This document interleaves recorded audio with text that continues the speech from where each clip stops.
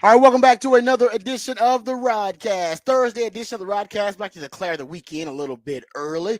Glad you guys could join us. Great show planned for you. Plenty of NFL news, notes, and nuggets. First significant injury to a quarterback, or at least a projected starting quarterback in the NFL. We'll talk about the domino effect of that. Cowboys made a trade. We'll get into that conversation.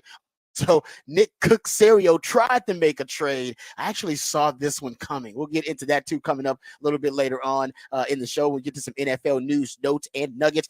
There's an ESPN All-American team showing Kelvin Banks some love. We'll drop into that conversation. Also, an update on the CeeDee Lamb contract negotiation with the Dallas Cowboys. An update from Clarence Hill of the Fort Worth Star-Telegram, but also from Michael Parsons. He gives us his own update, and actually his update might be more reliable than anybody else's because we know who he's talking to. We'll talk about that. Also, Brandon Ayuk, where does he stand with his contract dispute with the 49ers? I'm not sure it's even a dispute anymore. We'll dive into that conversation coming up a little bit later on in the show.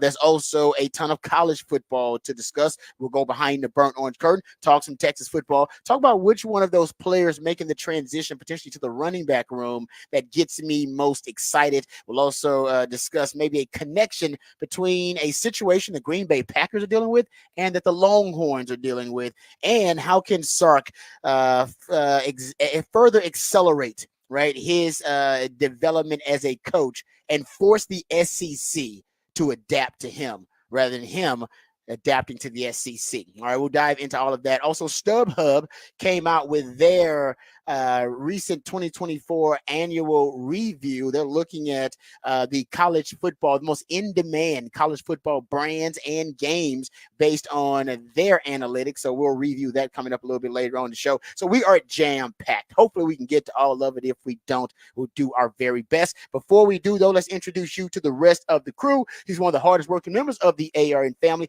Got a hustler spirit, period. Not sure what he's paid, but pretty damn sure he's underpaid. Ain't no 401k for this hustler, and he's a hustle man of many talents. It's our friend, it's our co-host and neighbor. It's Patrick Davis, y'all. What's going on, Patrick? How you doing, brother? I'm doing good. Ready to rock and roll here on a Thursday morning. Getting through the week. It is the little start the weekend early, start getting ready. Mm-hmm. I got to go home and do some yard work after this. It's going to be fun. Oh, yeah. I did that. I did last week, but I probably need to do it again. I would say that our yards are greener than they have been in a while at this time of year. Usually you don't have to do a lot of yard work in end of July, beginning of August, because your grass is dead a lot of the times. But I would say greener than usual. Getting a lot of rain. Getting some rain. And then, I think we have our brush pickups coming up in the area. And so I have to get all of our stuff and trim before, get our stuff ready for the end of summer. Hard work ahead of you. And you got to work in the heat too, because you work in the mornings. So by the time you get out there working, it's already hot. Yeah. That's the fun part is like when we started the show, it was still in spring. And so it was, I get off at, we get off and then I get home around 11:30. And then you're like, all right, go work for a couple of hours. Cool, and it's still fine. And then, we've gone through the months now. It is a little bit hot. So I get a couple, maybe I get an hour and a half in before it is too much. Too much. Hydrate before you go out there, bro. Yes. Seriously. It's dangerous, man. Yes. Being out there. No, it is. It is. I'll tell you, it's never dangerous being with my co-host. He's a proud alumni of DBU. He's got more papers than Dunder Mifflin and watches more film than Siskel and Ebert. He is the new Rod, father of Austin Sports Radio, Mr. Rod Babers. I appreciate the intro as always. All right, we got a lot to get into on the show as I just listed. Hopefully we can get to everything, but tons of NFL discussion. I feel like there are a lot of NFL topics that we need to address. You got your first significant loss at the quarterback position for a team. We're a week into training camp and did learn that J.J. McCarthy, and I don't know if he was going to be projected to be the starter or if he was going to be competing with Sam Darnold if they want to sit him, but we know he was a future of the franchise for the Minnesota Vikings, but the reports are he will be lost for the season-ending surgery for J.J. McCarthy, who had a really good preseason. So we'll dive into that because that means Sam Darnold is going to be the guy. And they got more bad news yesterday.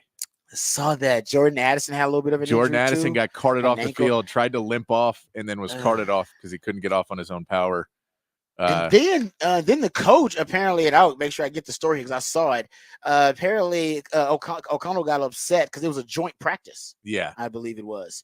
And O'Connell apparently went over to the opposing coach's sideline and had some words like, "Hey, I need to tone it down, man. Yeah. You know what I mean? Basically, I think he was already probably a little shook from the J.J. McCarthy news and then the Jordan Addison news hit. So he probably overreacted because it probably wasn't something they were doing. They probably didn't have a bounty or anything, but it was probably like, hey, dude, my season is actually imploding before my very eyes. I need y'all to, whatever y'all doing, calm it down. So I feel that reaction by Kevin O'Connell. Yeah. But yeah, Vikings, that's bad news. They're in that place of like, yeah, we had a kind of tank last year because Kirk Cousins got hurt. And we're now in the place where we may have to tank again this season. Yeah, because here's the report from Mark Craig, who covers the Vikings. He said another Vikings injury. So another guy got hurt. So in addition to the Jordan Addison thing, Thayer Thomas apparently was a player that got hurt for them. He went down and was being looked at by a trainer. So at that point, I guess Kevin O'Connell kind of got emotional, and Kevin O'Connell went to the Browns DC Jim Schwartz and told him to tone down the physicality. Tone it down, man. Tone it down. Come okay. on, I got too many of my guys dropping like flies around here. I need you to tone it down. Matter of fact, let's go thud it up. Just stud it up. Nobody to the ground. Hey, man. You know how flag football is coming to the Olympics? Let's flag. I got some flags in the trunk. I got some flags on the side here. Let's flag it up, guys. Flag it up.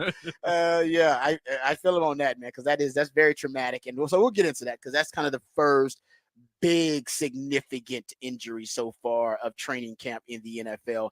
Longhorns have already had themselves some significant injuries, of course, to the running back room. So we'll talk about more of the domino effect of that and how Texas is going to have to adapt to that all throughout the season, or at least to start the season. So we'll dive into that. But first, let's hit those Horn headlines. So let's get educated. Let's get updated. Let's get informed on all the top stories of the day with Patrick Davis and the Horn headlines. All right, your Horn headlines brought to you by Top Gun Rentals and Lawn Equipment. In the MLB, the Astros got their 8th win in a row and a sweep of the Rays with a 2-1 win in extra innings last night. Ronel Blanco pitched 6 innings, only allowing 2 hits, leaving the game with a 1-0 lead from a Jeremy Pena home run before some good base running from Taylor Walls snuck the tying run home on a fielder's choice for the Rays. The Astros were able to get the go-ahead run on a Dubon single in the 10th, and Josh Hader pitched 2 no-hit innings with 3 strikeouts to bring home the win. Houston now gets the day off before beginning a weekend series with the struggling White Sox. And the Rangers rallied big to salvage a game in their series with the Red Sox, winning 9-7. Wyatt Langford hit a 3-run homer in the top of the 9th to tie the game and send it to extra innings, where Jonah Heim knocked a 2-run go-ahead homer that proved to be the difference in the game. Adolis Garcia added 2 more home runs in the game, and the Rangers offense gave the team a much-needed win as they now prepare for a 4-game series with the Twins, starting with Cody Bradford going up against a 12-win Bailey Obear tonight. And that is your Horn headlines. All right, thank you, Patrick, for the Horn headlines. Man, Astros set 8 straight. 8 straight, 2.5 up in the AL West right now. Hottest team in baseball. I no doubt about it. And that's that. And being Astros fans who are so spoiled now, this is the text I get from my Astros friends. Hope we're not peaking too early. Hope happiness. We're not peaking too early. And honestly, I share that concern. Here's the thing: Kyle Tucker's still on the injured list. If you get Kyle Tucker back, that was an MVP candidate early in the season. If he can get back, Justin Verlander is going to give his second rehab start soon. You bring back Justin Verlander for a playoff run. You got about a month and a half left in the season, about 40-something games. So you say you pull all those together, you get your guys back in that last month, make a run in the playoffs. But yeah, you just got to get there. You're in a good place right now. You're in a good place. You want to keep winning. That's the goal, is to keep winning. Yeah. No, it is, and you're right. You want to build up to it, right? You want to build up to get your confidence up. Time. You got a lot of young players too that you want to get that confidence. So I get it. You don't want to peak too early, but look, you're also about to play the White Sox. You need to win against the White Sox. That team is awful. No, it's this winning streak should continue, right? You should get to 10. You should get to 11. You should be able to sweep that team. Well, you should sweep. You should be able to. They are really. They just lost 21 really straight games, something like that. 21, 22 straight games. So, good Lord, are you serious? Yeah, they just had. They tied for the longest AL losing streak in history this year. Okay. So I was unaware they were that bad. Yeah. No, they're really, really bad right now. Okay. So that's why I'm saying they should be able to win this series. White Sox are right now. Oh yeah, they are. They are terrible. I didn't realize White Sox was that bad. 29-93. Yeah, not great. Not great. Yeah, I knew they were bad, just didn't realize they were awful. No, the story that came out today was, or last night, I think, was that they're lowering ticket prices next year. What? When does that happen in professional sports? When you're bad. Hey man, we apologize. We're gonna give y'all basically we're giving y'all a discount because I'm sorry for the product. We apologize. It's like we essentially we can't give you a refund because that's just real bad business, but we will do the next closest thing. We'll just make the tickets real cheap. No, you better hope that they're drafting well because that is not good. What's the farm system look like up there, man? It better be getting better. Good in a little while. Otherwise, there's no hope, right? At least when the Astros were bad. I remember the days when the Astros were bad. You do too. There was the farm system was that's the whole hope, right? It's like, we're bad, but the farm system, it's getting great. You never start keeping up with the farm system until your team is really bad. No, how's the farm system? It's great. Okay, good. What was that, like 2014? I think it was. Sports Illustrated had said in 2017 they were going to win the World Series. George Springer, and they were like, this team's on the up. They're coming. Yeah. Like Baltimore right now is that team that has all these young players that they were just bad for many years, and now they got them all in the system and they're playing well. So it can happen, but that's for the Astros right now. The Astros are on the back end of that where they have used a lot of their farm system, and now you're paying all the guys you brought up. They just brought up that kid DeZinzo. He's playing all right, so they just brought him up. But it's fun watching the Astros right now. Hopefully over the weekend, just more fun games, and you don't get those disappointing losses where you weren't paying attention. Yeah. No, it's like I said, I didn't realize the White Sox were that bad, but I'm happy that the Astros are actually on the right now the hottest team in baseball. Hopefully that continues to be the case. All right, let's talk about the Dallas Cowboys. Get into some NFL discussion here, guys.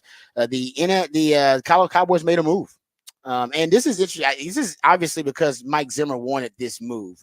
They made a trade. They basically essentially made a pick swap.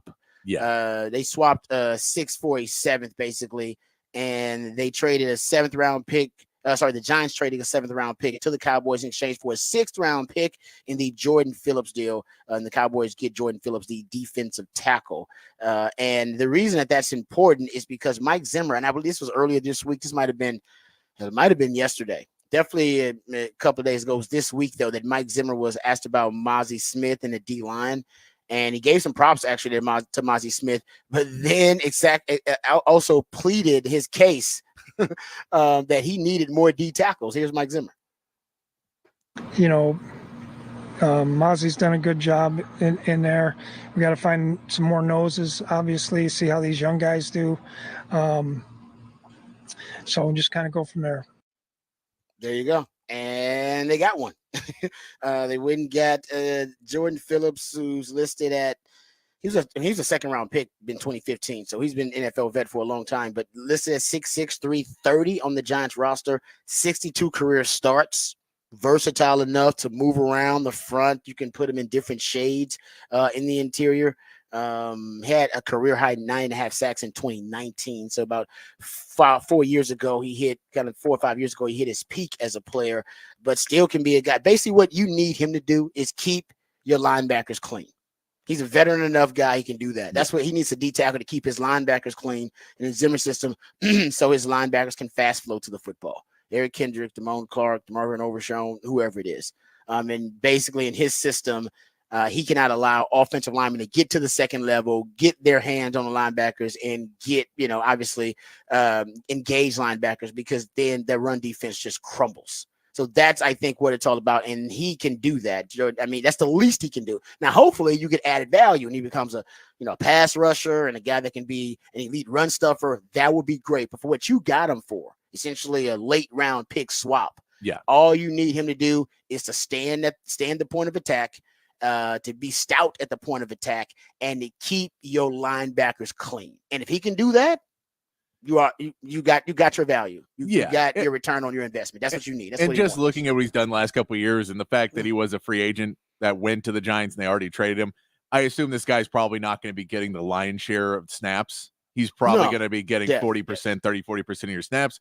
But you need that depth, because if you don't have any depth whatsoever, they were trying to move guys that were more exterior defensive linemen, more interior. Mm-hmm. They were just trying to make it work without bringing anybody else in who really had the size and ability to do that. So it gives him another piece inside. He does have some okay sack numbers, so I think he can get some pressure on the inside. I agree with you. They're not great sack numbers, but he also had like 2.5 sacks 2 years ago in a season where he played 30% of the snaps for the Bills. So, he can get a little bit of pressure up the middle for you. But yeah, I'm with you. I think they just, he basically said, I need some more bodies in there that we can kind of get guys working out and get them in the right spaces and get rotations and put different guys in. Because right now you're relying on Mozzie Smith to play 80% of the snaps, 85% of the snaps. And he's not there yet. Yeah, exactly. He says he's doing well, but yeah, you're not.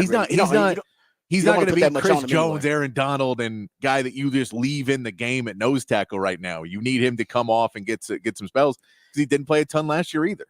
Yeah, and truth is, you don't even want any D tackles, the big guys like that. You don't want to wear them out anyway. No. You need them fresher in the fourth quarter. You're going to need it's a healthy rotation of guys in there. So even if Mozzie Smith is ascending to an elite level, that hopefully that is the case, you're still going to need guys to rotate in there. And situationally, you're going to need other players to spell him.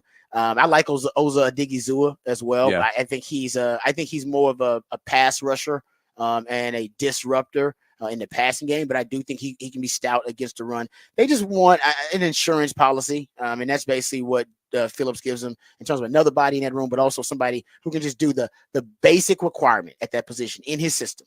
Keep my linebackers clean. Yeah. Can you just keep my linebacker clean so he can flow? If you become a star in the defense, great. If you can hold up at the point of attack and penetrate and go make the play, great. But what I need you to do is hold up so my linebackers can see and then they can flow to the football. Yeah. And I think that's why he was like, hey, I need more D. I love that he just said it. He's like, we need more D tackles. We need more noses, man. But it shows you that Zimmer's got some pull around there. He said that just earlier this week, like, hey, I need more D tackles. And the Cowboys made and I thought it was a savvy move, by the way. Late round trade for a guy who's a vet in the league. That's good. Who's going to play for you? Yeah, you didn't even lose a pick. You just moved back in a draft in 2026. Yes. Totally agree. That's not a bad move. He's also on a 1-year deal right now. So you're not taking on long-term money or anything like that. He's making under $2 million this year. It's on a 1-year deal. So there's not even a money issue that you're really worried about, but you just need to bring somebody else in. It was a good move to bring somebody else and keep Mike Zimmer happy. Yep. No, it's so much upside. This is when you're talking about values. It's way more upside than downside with a move like this for the Cowboys. Almost no downside, really, for the Cowboys. Okay, so that's news for the Cowboys. Hold on. Speaking of some other news for the Cowboys, so CeeDee Lamb is currently still in contract negotiations with the Cowboys. He is holding out. Clarence Hill's latest report says that they are not close. Still, Clarence Hill, the Fort Worth Star-Telegram, saying that they aren't close. But Micah Parsons recently had something to say about the CeeDee Lamb contract negotiations. And his quote was, between he and CeeDee, quote, we have our talks, but at the end of the day, me and CeeDee and all of us, we kind of know what it is. CeeDee is a part of the brotherhood, whether he likes it or not. He knows he's not going nowhere. The business side, they going to take care of him. But obviously, we miss him. I mean, he's one of the best people you can have in a locker room, and I'm pretty sure he'll be here soon because no doubt about it, Week 1, he will be suited up for the Dallas Cowboys. All right. The last part of that quote is the most important, that I'm pretty sure he'll be here soon because no doubt about it, Week 1, he will be suited up for the Dallas Cowboys. Micah's insight is probably more relevant than any other reports we've heard because he's talking to Jerry Jones. Him and Jerry Jones are tight. And he's asked Jerry about it, and Jerry loves him some Micah Parsons. So Jerry's probably even told Michael, man, don't worry about it. Mike, he will definitely be here for Week 1. We don't get it done by this week in the preseason. We're going to pay us now, whatever it is. So I think Micah actually does know. I actually feel better about the situation. So I think Micah knows that the Cowboys won't let it get to the point where the holdout goes into the season. I think that's basically what Jerry told him. Like, it won't go into the season. But it will stay in the preseason, but it won't go into the season. So I think there's some substance there. I do, but I don't trust Jerry Jones at all. No, of course. So I can't believe Jerry Jones is telling Micah, look, we're going to get it done. And in Jerry Jones' head, he goes, you see, he's going to take 28. We'll get him. And we know he's not. But in Jerry's head, he may say, no, he'll take, look, we've never spent cash and it's always worked. So why would we have to spend it now? And CeeDee may say, no, that's not the case. And maybe he's talked to CeeDee and CeeDee says, look, I'll show up for the season. I ain't going to do training camp, but I'm gone at the end of the season if you don't pay me. We don't know what this is. I think Micah Parsons is young enough in the league that he may still believe in the goodness of billionaires and not yet know until his contract negotiation comes up and he really starts to get in there and they start to lowball him where the lines are. And maybe it is, Jerry says 30 plus million, no problem. We'll pay CD. We know what we're doing. I'm good with numbers. Like I said, yesterday I read you guys a quote. Yeah. He says he stirs it up on purpose. He says, I'm doing this on purpose. I stir it up on purpose. You guys know the number. Y'all saw it yesterday. They're the most valuable sports franchise in the world. They're not winning championships, guys. It ain't the championships. It ain't the wins. That's the reason that they are worth what they are. It's Jerry Jones. It's his marketing and promotions and his mind as a publicist / promoter. And I do think that it's possible that he's just like, man, I'm going to milk it for the preseasons because we need to be relevant. And then after that, I'll sign him. And then I'll make more headlines when we sign him. And then he'll be ready to go. I do think there is something to that. I think that's why Jerry says there's no urgency here because I know what I'm going to do. Yeah. I'm going to milk it. I'm going to milk it for these free media and these headlines like I always do. And then we're going to sign him. And then y'all going to cover it 24/7 and talk about the Cowboys 24/7. And we're going to get so much free media that my valuation of my business and brand will go up another $1 billion. All right. And by the way, it went up $1 billion in 18 months, guys. The valuation of the Cowboys. That's how good y'all think the Cowboys are as worse as they've ever been. Y'all like, yeah, this is terrible. Cowboys can't win the division. They can't sign their own guys. And I agree. But just because it's bad business, as I say today, don't mean it's bad for business. Now, when I've been telling you guys about the Cowboys and their cash issues, that the Cowboys don't like to spend cash, right? We've been going over this over and over again. That may be the biggest right now impediment to them signing all their guys and signing them early is because the new trend in the NFL is no funny money in my contract, or at least as little funny money as we can get. I want guaranteed money, and I want the signing bonus. Those are the only two things that matter in NFL contracts. The rest of it, a fugazi, wazi, woozy, doesn't matter. So, and what is it? We've been talking about this on this show for, I don't know, a year, and then I've been talking about it for about 5 years with the Dallas Cowboys. There's a difference between being cheap and being frugal, right? And sometimes the Cowboys lean toward being cheap, and being a cheap billionaire is just, it's unbecoming. So here's Mike Green on ESPN. He was on actually Pat McAfee's show, and listen to what he says, because he also is echoing some of the same things that I've been talking about the Cowboys and what may be holding up these contract extensions for their star players. That the Cowboys simply don't want, even though they got the cash and that company and the brand is worth more than any other pro sports team in the world, that the Cowboys just don't like spending straight cash, homie. I want to start by saying I have a lot of respect for Jerry Jones. He's a brilliant businessman. He has been very significant in the unimaginable growth in marketing and popularity of the National Football League since he has been a part of it. And he is one of the very few owners who are enshrined in the Pro Football Hall of Fame, and he deserves to be. He bought the Dallas Cowboys in 1989 for $140 million. They're now worth, as we saw yesterday, over $10 billion, which renders what I'm about to say hard to understand, but it is true. They are cheap. They are a cheap franchise. Their cash spending every single season, look this up, text my boy Hembo and have him send you the numbers. Every year, their total cash outlay in players is the lowest in the NFL. It was the lowest last year, the lowest this year, and projects to be the lowest next year. They don't spend money. Jerry gets into these poker games by trying not to spend money on players, and he loses every single time. He desperately needs a different game. He needs to try gin rummy or some other card game because he's not good at poker. It goes all the way back to Emmitt Smith. He got his clock cleaned in that negotiation. It goes back to him chasing Zeke Elliott down to Cabo. It goes back to the way he has mishandled Dak into Dak becoming, at some point soon, the richest football player that ever walked the face of planet Earth. He should have signed C.D. Lamb a year ago at this time, and he could have signed him for $25 million a year. Instead, now he's not going to get him for $35 million a year. He mishandles these situations regularly. Oh, and they kind of mentioned that 35 million might not even be the ceiling for CD. That would be wild. That would be crazy. But he's right. I mean, we talk about this all the time, right? This offseason, the wide receiver market has just exploded. Right? We haven't seen anything like it before. I mean, this offseason, the wide receiver who've gotten extensions: Justin Jefferson, Jalen Waddle, Nico Collins, Amon St. Brown, AJ Brown, Devontae Smith, Jerry Jeudy, Michael Pittman, Brandon Ayuk's about to get one. Amari Cooper already got one. Hell, Jamar Chase may even be deciding to hold out now. And CeeDee Lamb about to get one. Guys, it is the offseason of the wide receiver. And by the end of this offseason officially, and I guess it is officially the end because we are in training camp now. But guys, you're going to have 5 to 6 wide receivers making $30-something million a year. Guys, there are only 8 players who are non-quarterbacks making $30+ million a year. It's only 8 of them, and 6 of them. I'm projecting ahead because I'm thinking CD. So I'm thinking Ayuk's going to get his. But right now there are 4. There are 6 players total, non-quarterbacks making $30+ million a year. 4 of them are wide receivers. CeeDee Lamb's about to be added to that. Ayuk's about to be added to that. And they're pretty known there'll be 6 by the end of this offseason. When Jamar Chase signs, there'll be 7.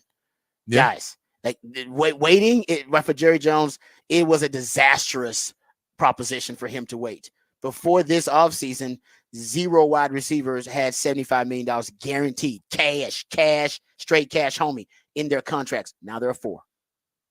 All right. Prior to this offseason, 1 wide receiver making $30-something million a year. Now there are 4. Pretty soon there'll be 5 and there'll be 6. Yeah. You get my point. Like, so I have no idea why Jerry decided to do what he did, but that's another source telling you Cowboys just don't spend cash. They've never been one of those teams spend cash. And I think they got to change that philosophy and they'll get these deals done a lot quicker. Well, yeah. And I'm curious to see when he said the number 35, that makes you wonder if the contract negotiation is the Cowboys pushing, we'll make you the highest paid wide receiver. We don't care about the annual salary because we're not trying to win Super Bowls. So we'll pay you, Dak, and CD the highest salary. We're not giving you cash. But we'll give you the salary because we're going to fill out our cap every year. So that money's accounted for. So we don't care. That's a good point. We're not using it in free agency anyway. So we don't care. But what we do care about is the cash. So I'll pay you $50 a year. Who cares? We're not trying to win. We're trying to make headlines. So what we need to do, we'll pay you $37 a year. You're the highest paid wide receiver, but you don't get cash and you're not going to get a full guarantee. We're going to try and take away guarantees. So we're out on the back end and we're not going to give you cash. But we'll give you this. We'll give you as much funny money as you want. And I'm curious if that's the hang up, is they're trying to do this to Dak and CD. And Dak and CD's people are like, no, cash. We want cash. This is what everyone in the league wants.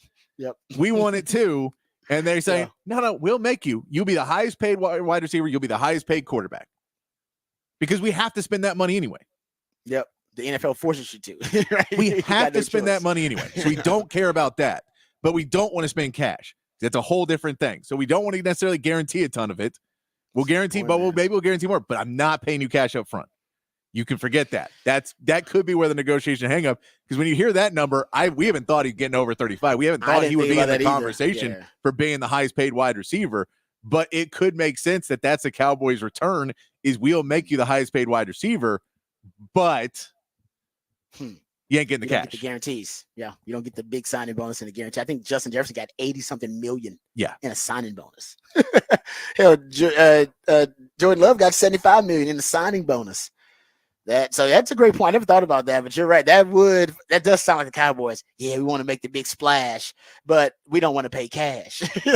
We want to make a splash, but not pay cash. No, because then we got to say we have the highest paid quarterback and highest paid wide receiver, and we pay our players. We don't really, but we pay our players. We just don't pay them in cash. We pay you in funny money. We'll pay you in the back end, and let's sign a 3-year deal. Let's just do 3 years because, man, if I signed you a 5-year deal, you know what coverage I get for having the best deal in wide receiver? Very little. You know what coverage I get when your contract comes up again in 2 years and everybody says I should re-sign you? More media coverage. So let's do a 3-year deal. I'll make you the highest paid wide receiver. You'll get paid again in 3 years, but I'm not giving you cash. Ooh. Yeah, I mean, like I said, that hypothesis, that theory is as as likely as any because we can't understand what's holding up this deal.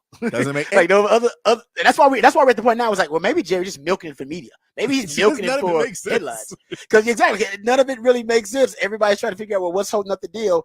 That theory I've not heard, but honestly, it makes a lot of sense. It makes it's Jerry Jones logic. I'll say that. I don't know if it makes sense. It's Jerry Jones logic. Okay, one other story I want to get to here before we move on. We'll go behind the Burners curtain next segment. Talk some Texas football. Listen, I saw this story. Matthew Judon, the pass rusher out of New England, he was unhappy with his situation with New England. He wanted to be extended and paid more money. He wanted a bigger contract.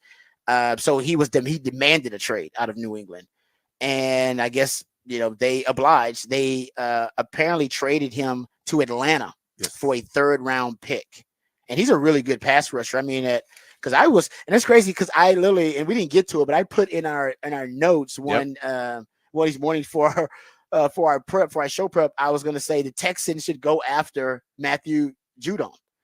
And apparently they did. Now, this is a guy who had 32 sacks in his last 3 years in New England. He can rush the passer. He actually lives in Dallas. So there were actually some Cowboys fans that were saying, hey, the Cowboys should go after him. Listen, the man wants a bigger deal. He wants cash and money. Yeah. The Cowboys ain't willing to pay their own damn guys. They're definitely not going to trade for another pass rusher. So the Texans actually are more likely, if there wasn't be a team to trade from, it would be the Texans. He has 32 sacks in the last 3 years, but he was hurt last year. But he did have 4 games. He had 4 sacks in 4 games. Like the dude is legit. He only played 4 games, but he had 4 sacks. He had 15 and a half in 2022, 12 and a half in 2021, Pro Bowler for 4 straight years. I mean, other than the injury risk and concerns, I mean, the guy's a bowler. And Atlanta traded for him. And I thought to myself, man, the Texans should trade for him. Like I said, I put it in our notes, but we never got to it. We didn't have the time. But according to ESPN's Jeremy Fowler, Patrick, the Texans and the Chicago Bears were also in the mix. Yeah, for the 32-year-old edge defender. So the Texans were thinking about it. Texans, they went after Danielle Hunter, stockpiled him, stockpiled pass rushers with Danielle Hunter. They have Will Anderson, and now they're trying to get another. Remember, they brought in Danico Autry, but he's got to serve a suspension. But he had double-digit sacks, too. Yeah.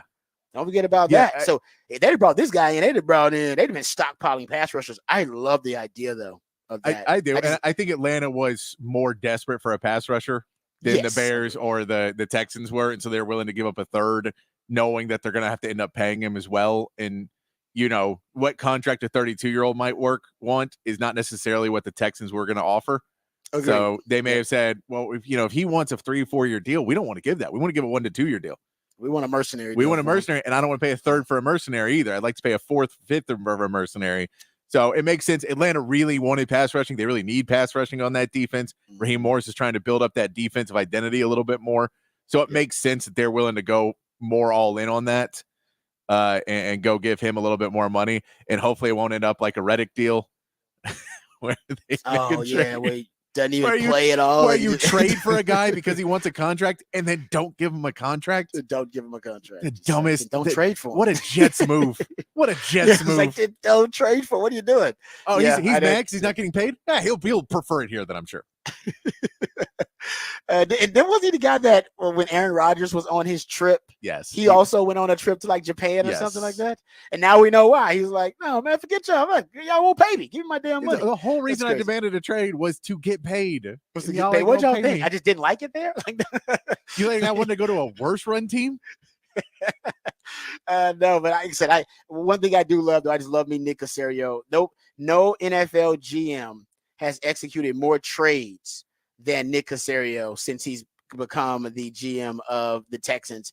They call him Cook Caserio for a reason, because he's always trying to make a deal. I believe the last number that I came up with, he had completed, I want to say it was like since 2021, 45 trades, somewhere around there. I mean, Nick Caserio is always cooking up something in the kitchen. And I say, this sounds like a Nick Caserio special. And it was. Price was a little too high.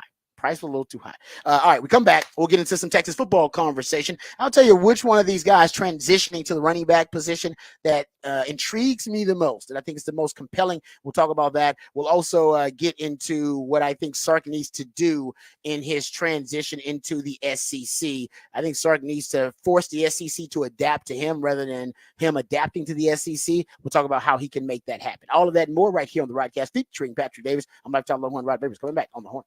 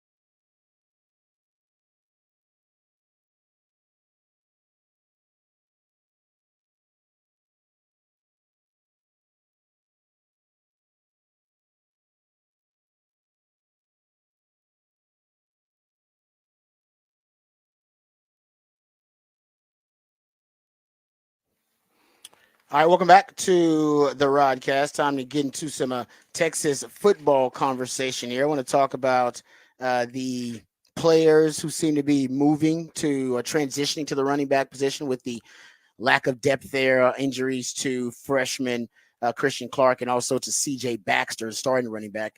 So I believe my man C.J. Vogel pointed out yesterday that Ryan Niblett is obviously one of the guys who's working in practice at running back. We talked about Darren Gillette in the scrimmage, that he also got us some reps at the 15 running back, but still was running some third string linebacker there as well. I think the player that gets me most excited, they think that they're talking about at least getting some share, some time at running back, is Juan Davis. And this little nugget, shout out to my man CJ Vogel at On Texas Football. And I heard this and it stood out to me. And I thought to myself, okay, it sounds very Rojo like in something he did. Because remember, we in Texas had their running back issues when Rojo was playing quarterback. Remember, reportedly he went to Coach Herman. He went to Tom Herman and was like, "Hey, y'all need me. I can do it. If y'all need me at, I'm not doing much at quarterback. If y'all need me at running back, I can do it." And then voluntarily switched over. That has been the report from Juan Davis, that he has gone to the coaches as well and said, "Hey, whatever y'all need. If y'all need me, Wildcat QB, y'all need me running back, I'll do it." I love that, by the way. We talked about yesterday. You can force a player to change positions. You can ask them, and you can try to persuade them as a coach, but in the player empowerment era, probably not wise to force a guy. Just say, "Hey, you're playing running back now," and they're not going to be mostly invested anyway. But to have a guy like Juan Davis and go to the coaches and volunteer to change positions. The guy was a veteran. The guy was been there for a long time. He's working at tight end. He's sure he's got NFL aspirations at tight end. By the way, still can have those. But to be selfless and to be, someone who's a team first player, just kind of reminds me of some of those guys we've talked about. We talked about the culture bearers on this team, Rojo at one point and Jay Witt at one point being the epitome, the walking example of embodying the Texas culture. And Juan Davis, that's I got to tell you, and depending on what his impact is this season, we've already heard, Coach Jeff Banks, go on very complimentary, unsolicited, by the way, and go on these long-winded rants about Juan Davis and how he's underappreciated and how he's a selfless player and how he's improved every year that he's been here. And then I hear this story when the team is in real dire straits, if you will. Nice from yesterday. That they need a player to step in. And then you have Juan Davis, who has a very versatile background and athletic profile as a high school recruit. It stands out because he moved all over the place and was an athlete with multiplicity in his skill set. I just like that attitude, though. He might be one of the culture bearers, guys. We were looking for who's going to be the next Rojo and Jay Witt, who's going to be the walking example. And by the way, you ain't always got to be a starter. That's the beauty of this sort of culture, is that some of the best leaders have not been the mainline starters for him.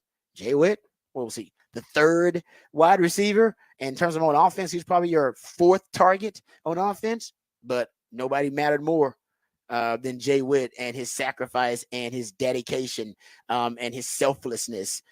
Rojo, same thing, right? We can go on and on about Rojo giving the speech after the Tech game.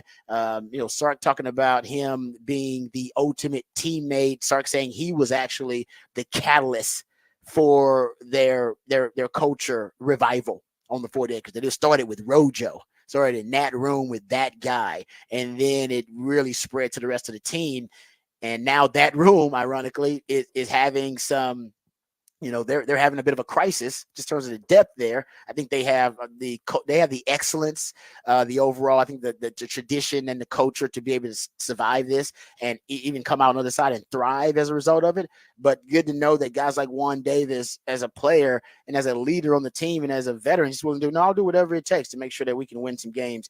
He might be one of those culture bearers to look out for. Not necessarily a starter, but a guy that embodies the culture. No, and I mean, that's, there's something to be said for the guys that, everyone on the team can say, I can't say, if I look at Quinn Ewers, I can be like, well, he just has this, he was a 5-star, he was the highest rated recruit, he can lead me, but like he doesn't understand, how hard I have to work to get where I'm at. And he isn't. And with Juan Davis, you can sit there and go, man, that dude's outworking me. It's like, I understand I have to try and match his level because he's getting to places I want to be, and he's getting there because he's working his butt off to get there. And he's the one who's showing up to practice. And he's the one with the good attitude. He's the one that goes into the coach's room, says, whatever you need from me. Look, I'm expecting to get reps at tight end. I'm not a guy who's trying to get on the field any way I can. I'm going to be on the field. But I want to win a national championship. And so wherever you need me to be so we can win games, the same way Jay Witt was, wherever you need me to be to win games, same thing with Rojo, wherever you need me to be to win games, I want to win. So the rest of it, I get, man, and we'll get there and we'll try and make my case. But we see Rojo's in the NFL. Jay Witt's in the NFL. Jay Witt's getting praise all over the place in the NFL. And so if you can see those guys who are taking that step to be the culture leaders and to be the guys who will step up and make sure that this Texas team is going to be able to be where it's at. And I'm selfishly want Juan Davis to still play some of the tight end too because of all the good things. They should not move him permanently. It should be like because we've heard a lot of really good things about it. Yes, and like I like Gunnar Helm. I think Amari Niblack's going to be really good, but you want to be able to have that versatility there, and he brings a different versatility to the tight end room. But yeah, well, hell, who doesn't want to see what he can do in another place too? And who doesn't want to see if he can be that guy that can help you run between the tackles and help you in the red zone, whether it's a wildcat or whether it's just running between give the guy a shot. Let's see what he can do, because if he wants to go do it, there's no reason to hold him back. Yeah, no, I guess in high school he played quarterback and played receiver in high school before being projected to a tight end. So he's just a hell of an athlete. Honestly, my vision for Juan Davis, and I know people won't share this vision, I want a Kyle Juszczyk in Sark's system. I've been talking about this for a while. I want a guy who basically can play a modern progressive style of fullback, but you have weaponized them to the extent you weaponize their multiplicity. So Kyle Juszczyk, yeah, he's a modern fullback. I'm doing that with air quotes, but they line him up at tailback. They line him up at H-back. They line him up at the flex position. They'll line him up in the slot. They'll line him up at an inline tight end. They'll line him up as an offset tight end. Sometimes he's actually, at an offset fullback. Somebody line him up out wide. And they'll just let him run routes out wide and see if they're going to put a linebacker on him. All right, let's throw it to him. A linebacker on him out there. Linebacker can't cover him. And they just hunt matchups with him. Now, that is the identity of the Shanahan offense, right? You got 5 guys essentially they're movable chess pieces: Christian McCaffrey, Deebo Samuel, of course Kittle, and then you got a guy like Juszczyk. All those guys can move around the formation, and so Sark, I'm not saying for him to be extreme like that, but having one piece that can be, and then you can still kind of go some of your 2-back pony packages. It's just with a more of a modern progressive fullback in there. Yeah. Instead of like 2 tailbacks, it would be a 21 personnel package, but with a modern fullback. And then you can just straight up take concepts from Shanahan, which we already know Sark does, and he talks about how he really admires that tree and looks at that coaching tree for inspiration. But you can take it from the Kyle Shanahan tree, kind of how you did in Atlanta when you fused your ideas with his and hybridized your ideas with Kyle's, because you didn't want to go cold turkey from that Shanahan offense because it was the best offense in the NFL. It had just come from a 25 point lead against the Patriots in the Super Bowl. It was that close to winning the Super Bowl with an MVP quarterback. So he didn't want to totally just discard everything that Shanahan done. So he basically hybridized and fused a lot of their ideas. And a lot of that is why you have the conceptual signatures that you observe today in Sark's offense. So he can just kind of go back to that and use a lot. And by the way, still use some of the go-go offense. Remember, Brendan Marion came in. The go-go offense was a 2 tailback offense with a West Coast passing game and a triple option run game. So you can still use some of that too with a guy like Juan Davis. Combine that with your Shanahan schemes, and you can have a hell of a package for Juan Davis as a fullback in the backfield. Yeah. And I mean, and you talk about Shanahan, and he can block, by the way. which with what he did with Deebo a lot of times, where Deebo would be lined up at wide and he'd shift him into the backfield. You can line up Juan Davis at tight end and shift him in the backfield, or you can have him line up in the backfield and shift him to tight end and just have him shift out in those positions depending on what your read is going into it. And you say, depending on where we're going and what we want to do. And, I think, with an offensive mind like Sark, being able to have a guy like Juan Davis add more and more versatility when you feel that losing CJ Baxter cost you a little bit of that versatility. Word of the day. You bring that back with Juan Davis. I think that's where you get excited about it of, hey, this is a new toy. And this toy's got Kung Fu grip now. I like that. He got the Kung Fu grip working. Yeah, no, I'm with you. I love that versatility that's what he's going to bring to the table. And Sark needs an inspiration. Sark needs a muse, if you will, like a player's skill set to inspire him to come up with new, innovative ideas. He did that with Bijan, was that with him for a little while. I think JT Sanders worked like that for him. Sometimes came with some really creative stuff for JT Sanders. And I think you'll get the same with the more versatile weapons that he has to work with. All right, good stuff there. We'll come back. We'll get into the topic for the big fat poll of the day, and we'll learn about the musically themed day of the week right here on the Rodcast featuring Patrick Davis and lifetime Longhorn Rod Babers. Coming back on the Horn.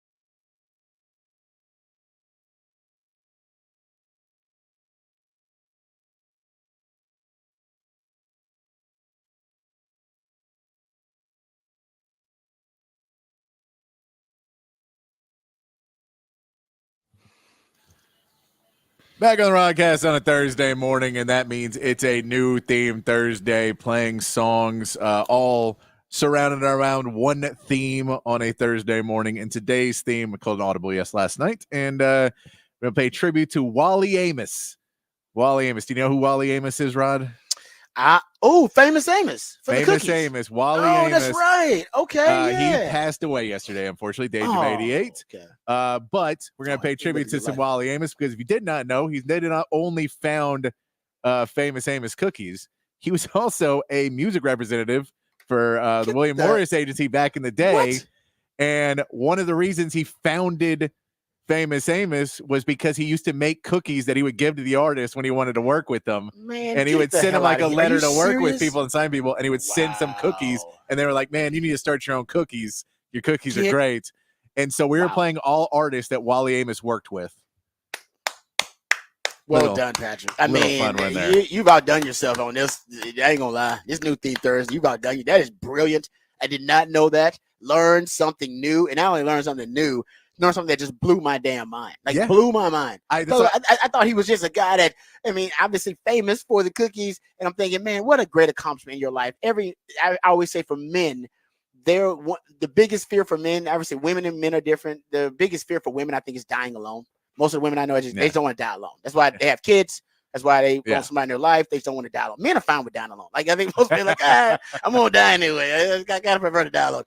A man's biggest fear, no legacy at all. There's nothing on this earth that say you ever existed, period. You're just gone. That's why kids is a big part of that.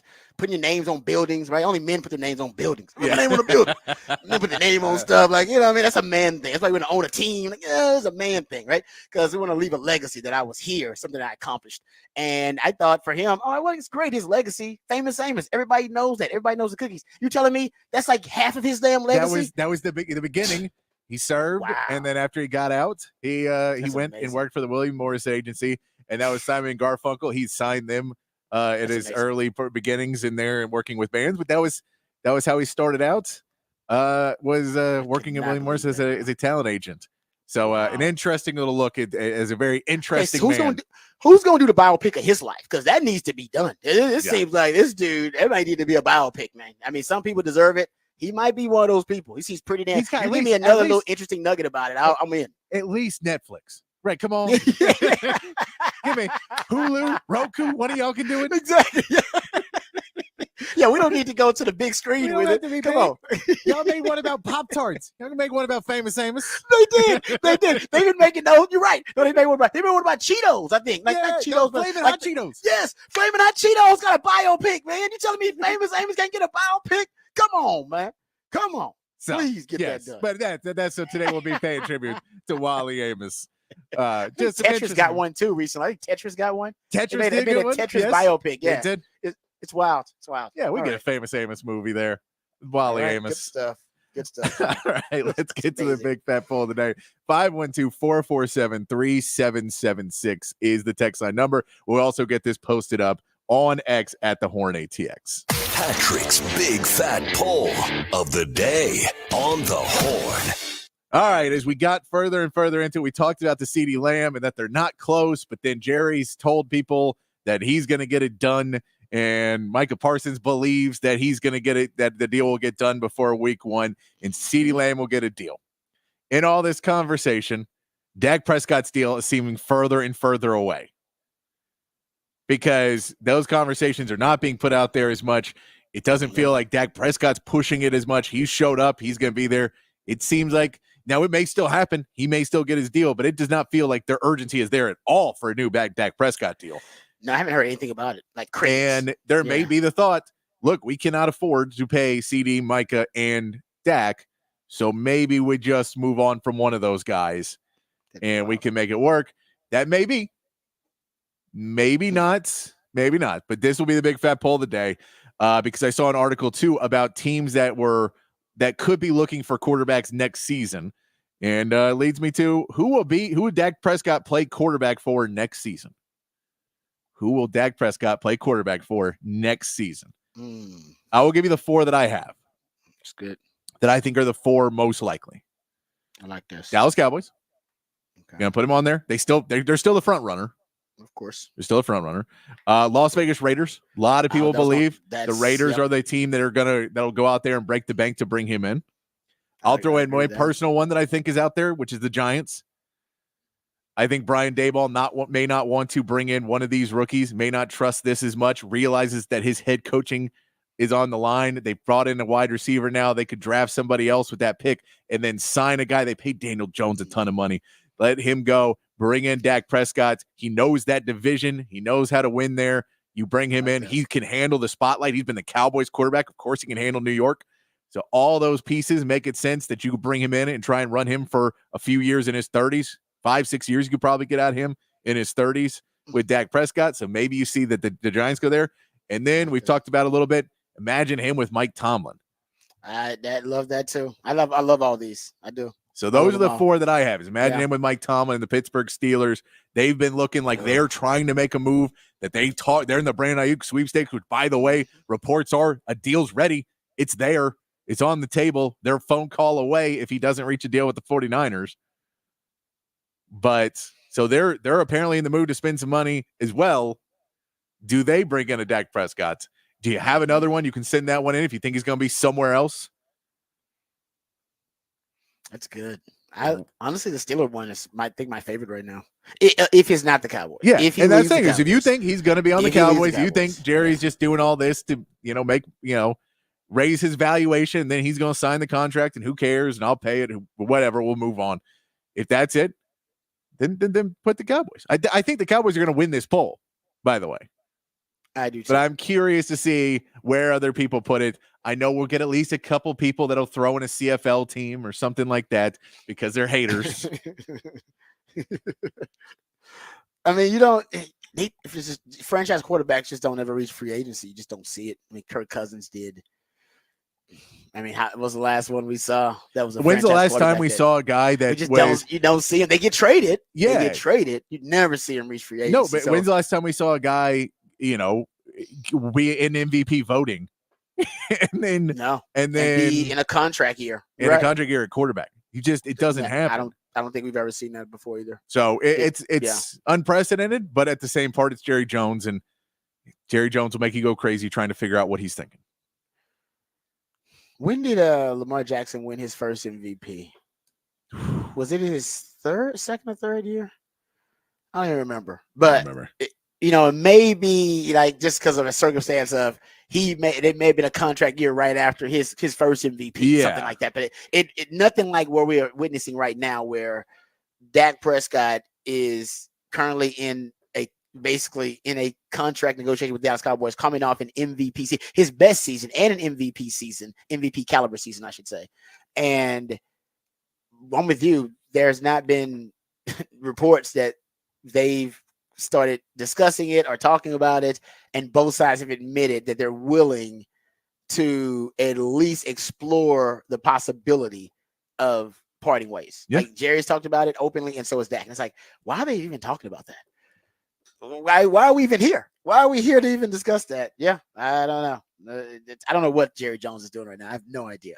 It's fascinating, though. We keep talking about it, and that is what he wants. What he wants. We keep talking every day. We got to discuss it because he knows this. He knows what he's doing, damn it. He's brilliant. He's spending a lot of money to do it, though.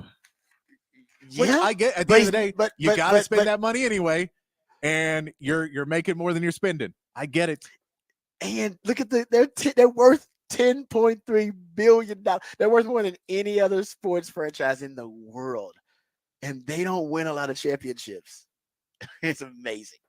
Yeah, I don't know how he does it, but he's brilliant. All right, let's get to good stuff there. We'll have that up for the topic for the Big Fat Poll today. But when we come back, Cowboys, speaking of Cowboys, they made a splash. They made another move. Cowboys signed another defensive lineman. We'll get to that. Mike Zimmer. Man, I guess when Mike Zimmer speaks, Cowboys listen. We'll talk about that coming up on the other side. Also, the biggest injury so far early on in this training camp, the Minnesota Vikings losing their rookie, some people said projected starting quarterback for the season. We'll dive into what that means. We'll go into that in Raj Round of the Day. We'll also talk Texans. We'll talk some Cowboys. We'll dive into all of it right here on the Rodcast featuring Patrick Davis on Lifetime Longhorn. Rod Davis coming back on the horn.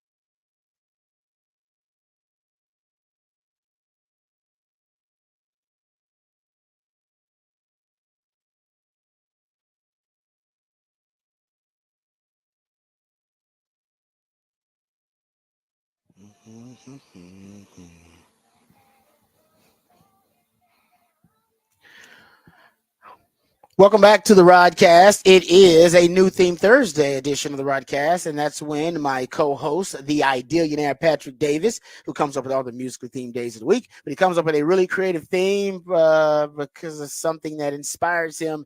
And today it was the passing of famous Amos, Wally Amos, the cookie entrepreneur and cookie millionaire. Basically made a fortune off his famous cookie recipe.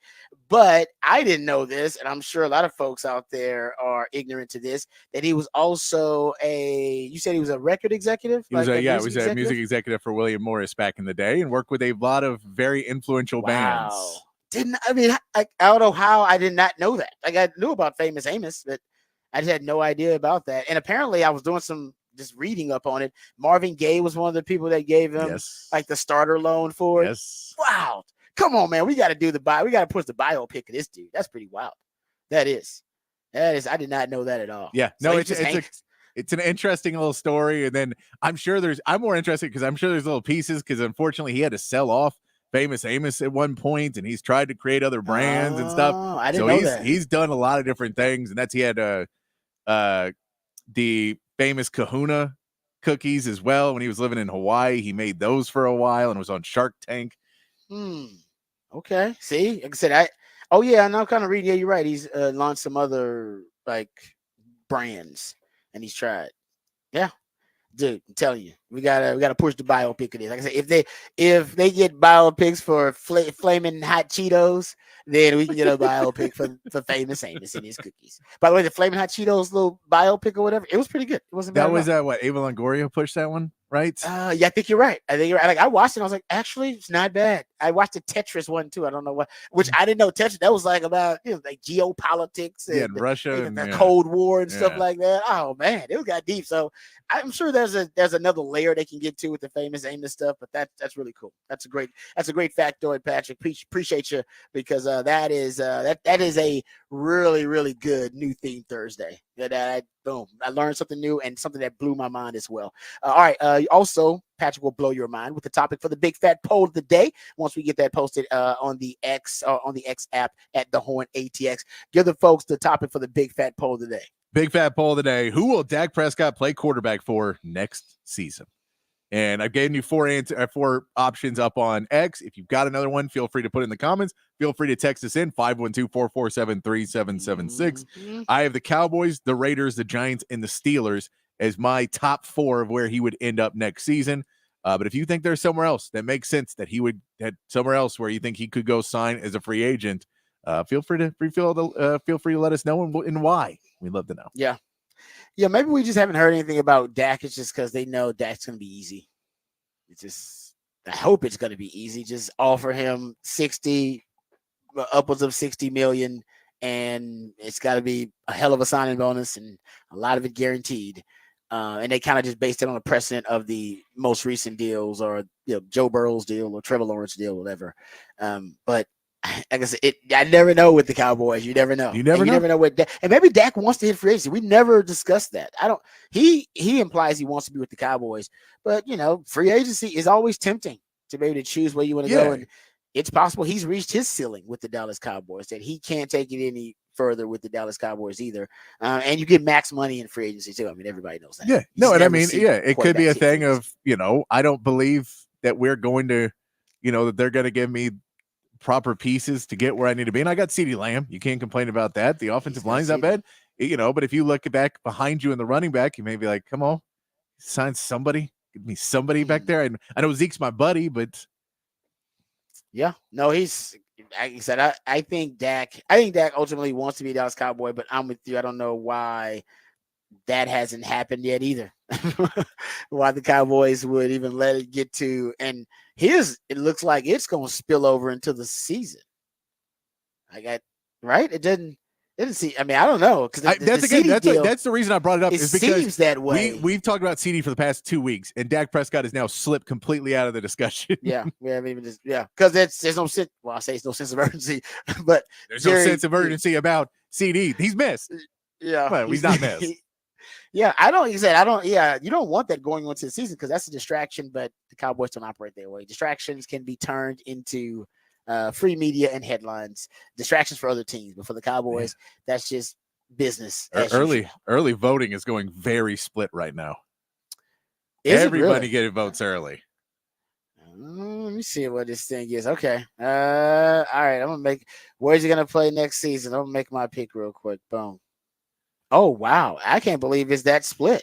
It's very split. I would have thought it'd have been overwhelmingly majority would be. I would have thought Cowboys, but they're not even winning right now. So no. Okay. We'll see as that keeps going throughout the show. The one that's most intriguing. The one that's most intriguing, honestly, is the Steelers. Yeah. The Steelers are doing things that are very un-Steeler-like right now. We talked about that. Going after Brandon Ayuk, even with the way they're having the open quarterback competition, they're just not used to that because they haven't been there in a while as an organization. I could see the Steelers, if Dak is indeed available, I could see them making a move. Hell, the Steelers might ask, well, hey, what's what can we trade? Can we trade for Dak? Yeah. They might be willing to hit up the Cowboys and say, hey, man, we'll trade for him.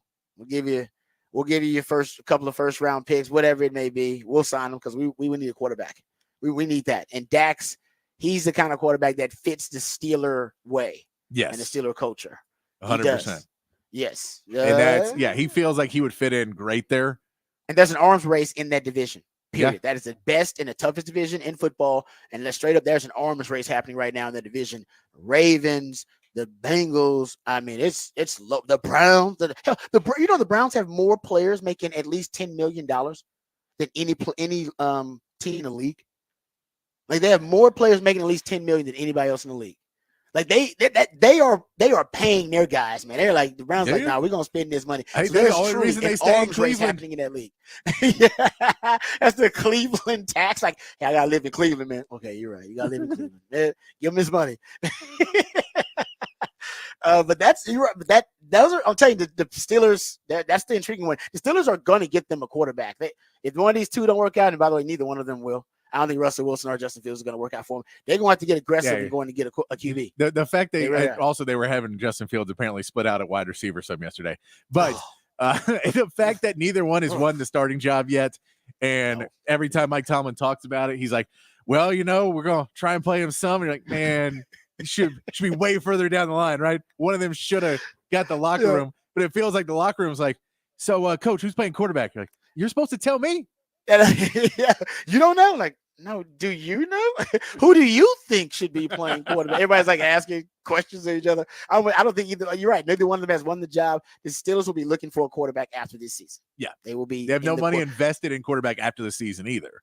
Yeah, because they're getting both those guys real cheap. Like, they're both on 1-year deals. They're both both cheap in the end of their contract. And maybe that's why they wanted Ayuk, because they knew, like, hey man, we're not attractive right now. We got to be more attractive to potential trade candidates, because they may be able to block quarterbacks, can block trades, really good ones. And if we do bring in a rookie quarterback, they're going to need a lot of help. We can't just bring in a rookie and expect them to lift our offense to another level. Yeah. They're going to need a lot of weapons around them. So, like I said, it makes sense for the Steelers. All right, good stuff there. That topic is up. The topic for the Big Fat Poll of the day. You can go check it out at The Horn ATX. A little surprised by the voting so far. A little mixed. I like it. It's a lot more mixed than I thought. Okay, let's first hit the Horn headlines. Then we'll come back. We'll talk about the latest move from the Dallas Cowboys. We'll also dive into the Longhorn, to a couple of Longhorns getting a lot of love from their preseason performances in week 1, and we'll play that audio for you. But first, let's get updated, educated, and informed on all the top stories of the day with Patrick Davis and the Horn headlines. All right, your Horn headlines brought to you by Top Gun Rentals and Lawn Equipment. In the MLB, the Astros got their 8th win in a row and a sweep of the Rays with a 2-1 win in extra innings last night. Roniel Blanco pitched 6 innings, only allowing 2 hits, leaving the game with a 1-0 lead from a Jeremy Pena home run before some good base running from Taylor Walls snuck the tying run home on a fielder's choice for the Rays. The Astros were able to get the go-ahead run on a Dubon single in the 10th, and Josh Hader pitched 2 no-hit innings with 3 strikeouts to bring home the win. Houston now gets a day off before a weekend series with the struggling White Sox, and the Rangers rallied big to salvage a game in their series with the Red Sox, winning 9-7. Wyatt Langford hit a 3-run homer in the top of the 9th to tie the game and send it to extra innings, where Jonah Heim knocked a 2-run go-ahead homer that proved to be the difference in the game. Adolis Garcia added 2 more home runs in the game, and the Rangers offense gave the team a much-needed win as they now prepare for a 4-game series with the Twins starting tonight with Cody Bradford going up against a 12-win Bailey O'Bear. And that is your Horn headlines. All right, thank you, Patrick, for the Horn headlines. Yeah, going back to the thing about the Browns, the arms race happening in the AFC North. The Browns now 13 players making at least $10 million per year. Wow. That's more than the Eagles, because the Eagles, I believe, had the most prior to that. Only about a half a dozen teams in the league even have double-digit players making at least $10 million. That's crazy. You just don't expect it. Yeah. But I mean, and then, unfortunately, you have some of those guys that can't stay on the field. Nick Chubb, they're hoping to get back late in the season, but he was really big for him. Deshaun Watson has not been able to be their starting quarterback for many of the games that he has been paid a fully guaranteed contract to be their starting quarterback. Ooh, fully guaranteed. Yeah. NFL acts like that never happened. And I would say he's not helping the argument for a fully guaranteed deal. He is not yeah. at all. Like, he is not helping the argument for the fully guaranteed deals. Like, yeah. So I don't know if that'll catch on anytime soon in the league.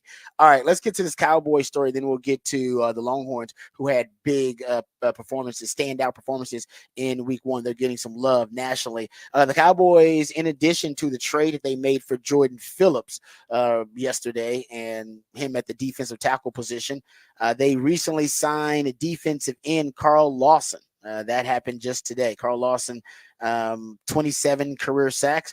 Remember they brought him in for a workout? Do you remember this? Yeah, he was part of the ones that they signed somebody else from. They did. They signed one of the other guys, and I remember saying, I was like, Carl Lawson's a lock. They're going to sign him. Yeah. And then they didn't sign him. I remember saying, man, I was wrong. I thought Carl Lawson, he must have failed a physical or something. I thought he'd be a lock. Turns out maybe it was just a contract thing. They couldn't agree on something. But I figured they were definitely going to bring him in because they needed him. And here you go. They bring him in. So they traded for Jordan Phillips, who is going to be, I think, for them at most basic, I think the most basic requirement for him. You know what I mean? What you want from him, the basic responsibility would be you just want him to keep your linebackers clean in the Zimmer system. Zimmer needs his linebackers to be fast flow to the football. It's key in obviously his rush defense, and he can't afford to have offensive linemen getting to the second level. And with the Dan Quinn system, his philosophy was kind of like stop the run on your way to the quarterback. So he likes like pass rushers, like always think pass rush first. Zimmer system, a lot more structure to it. So he's wants his interior defensive lineman to be able to clog gaps, to be able to take on blocks, and to be able to keep his linebackers clean so they can fast flow. So as long as he can do that, he'll get playing time, Jordan Phillips. The added value would be, can he give you some, value as a pass rusher?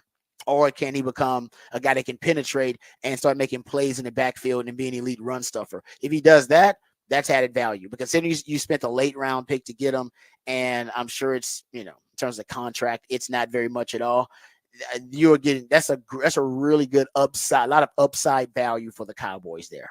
Because all you need him to do is, like I said, the basic requirement. Dude, just stand. Can you be stout at the point of attack? Can you not get pushed back? And can you just take on blocks? If you can do that, man, you can play. We'll have you in the rotation.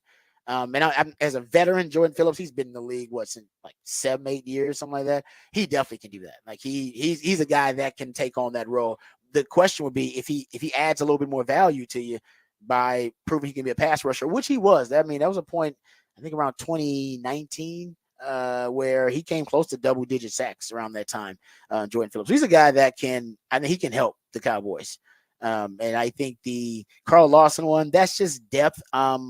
You needed depth on the edges when you had Sam Williams go down. Thank you. And you now have, Nealon, the young buck, and I'm sure he showed some promise, but you never know what you're going to get from rookie when he's going to hit a rookie wall. So you got DeMarcus Lawrence. Did you see what Micah said about Sam for Marshawn Nealon the other day? No, what did he say? He gave him comparisons to Cam Jordan from the Saints, 8-time Pro Bowl, like a really good player. But he was saying like this guy's got next level ability, and when he puts it together, he's going to be really good. So there's a lot of praise within the team on Marshawn Nealon, but he is still a rookie, and I think they want a little bit more, tested depth. Yeah. They want some, they want some more veteran depth on the team. Carl Lawson will provide that. So that's, and like I said, I don't know about the contract, but I'm sure it's a mercenary prove it deal. So that's good value for the Cowboys. Both of those moves were needed. And can we get the sound from Mike Zimmer? This was a couple of days ago. He was actually talking about the defensive line. He was asked about Mozzie Smith and was really complimentary actually of Mozzie. So that's good news. But he actually pleads his case that they need more defensive tackles inside. And lo and behold, he speaks. Seems like the Cowboys listen. Mozzie's done a good job in there. We got to find some more noses, obviously, see how these young guys do. So just kind of go from there. Yeah. So Jordan Phillips is that nose they were looking for. They went out and found him. And then obviously getting, Carl Lawson, I just think it's like we talked about for the depth. But I like the Phillips move though. Like I said, this is a guy, 2019. Yes, in 2019, he had a career high 9.5 sacks. So there's a pass rusher in him as an interior D lineman. We just don't know at this point where, if it has deteriorated and to the point where he can just be a body. But if you can find some of that old juice that he used to have, he's 6'6", 330. I mean, he's huge. You find some of that old juice, oh man, that really can be, like I said, a really good rotational piece for the Cowboys on the defensive line. Yeah. And I mean, and again, it's just more and more bodies to throw out there because certain teams are going to try and run it down your throat at this point. Oh, yeah. So if you know that and your defensive linemen are going to be getting worked an entire game where they're just trying to push them back in the run game, I think you just need more bodies on that defensive line. Because you're like, my guys are going to get pushed and pushed and pushed, and they're not pushing. And so if we know that more and more teams are going to take the recipe that killed us in the playoff game against the Packers, and they're just going to run the ball on us, we have to be sound in that, and we need more bodies to be sound at that. Yep. Like the move. I like both of the moves for the Cowboys, but definitely the Jordan Phillips move. Okay, let's get to, speaking of defensive linemen, let's talk about the defensive lineman, the lifetime Longhorn, Byron Murphy. He's a pivotal piece, right? Crucial piece of the critical piece of the new defensive identity of the Seattle Seahawks with Mike McDonald, the new head coach, because he's coming from Baltimore, and he is a defensive prodigy. I mean, as a coordinator, his system is really unique, and he's known as basically being one of the top 5, I think, best kind of defensive minds in the NFL right now. And for him to pick Byron Murphy as the top pick, his first pick as a head coach, it says a lot about how he wants to build that defense.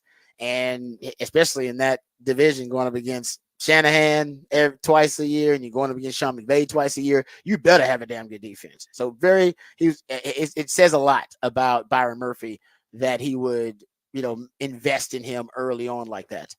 So Byron Murphy, I've been trying to pay attention to him this preseason, and it obviously just had one game. And I found this cut. This is from the Green Lights podcast. It's Chris Long is on there with him. I think it's Bo Allen, who's a 7-year interior defensive lineman, a nose tackle, and a guy, Nate Collins, I believe, who's also a kind of 5-year NFL vet. He was a defensive tackle. So all these guys are defensive linemen, and they're analyzing other defensive linemen. And here's they are talking about rookies that stood out in week 1 in the preseason. And this is their take on Byron Murphy. Here it is. The best day for me comes out of Seattle, Byron Murphy. This guy looks like a football player. Here's one of my favorite guys coming off. He's twitchy. He's so good laterally. He's so quick laterally. And he does such a good job of generating power and like lateral quickness out of a wide base too. That's a really tough thing, dude. Yeah. The first thing I thought looking at him, and if you watch this game early in the first, they got the Chargers backed up on the 1-yard line. He's in a 2-eye, as Bo alluded to. He's got to get lateral. He's got to step out to the B gap, which is a tough one because you don't want to change your stance. You want it to look the same, and you got to get a lot of power on that inside foot and push out there. And he does. He gets skinny. I think what's so impressive about him is, and you know this, both of you from playing inside, a lot of guys just get washed here. Yeah, but the reason why he doesn't is he's using his rip the right way, and he's kind of propelling himself forward back into that hole by like locking on to that lineman. I just look at the strength. You know, you get pinballed around in there, and you know, some guys who don't have as good a play strength in traffic, that's a certain kind of play strength, like the balance. Yes. To not get knocked off. This is really good, and it showed up again. Like they damn near hit this guy for a safety. And then we'll finish with this play here, 2nd 11. He's in a 4-eye. They're overloading. Great game. It's just a little game here, and he's wrapping and he's staying tight, and he's coming right off the guy's back, and he's things up in traffic. Yeah. Like that, you can tell he's going to be really good in traffic. He misses the sack, but these don't count, buddy. This guy's going to be a player.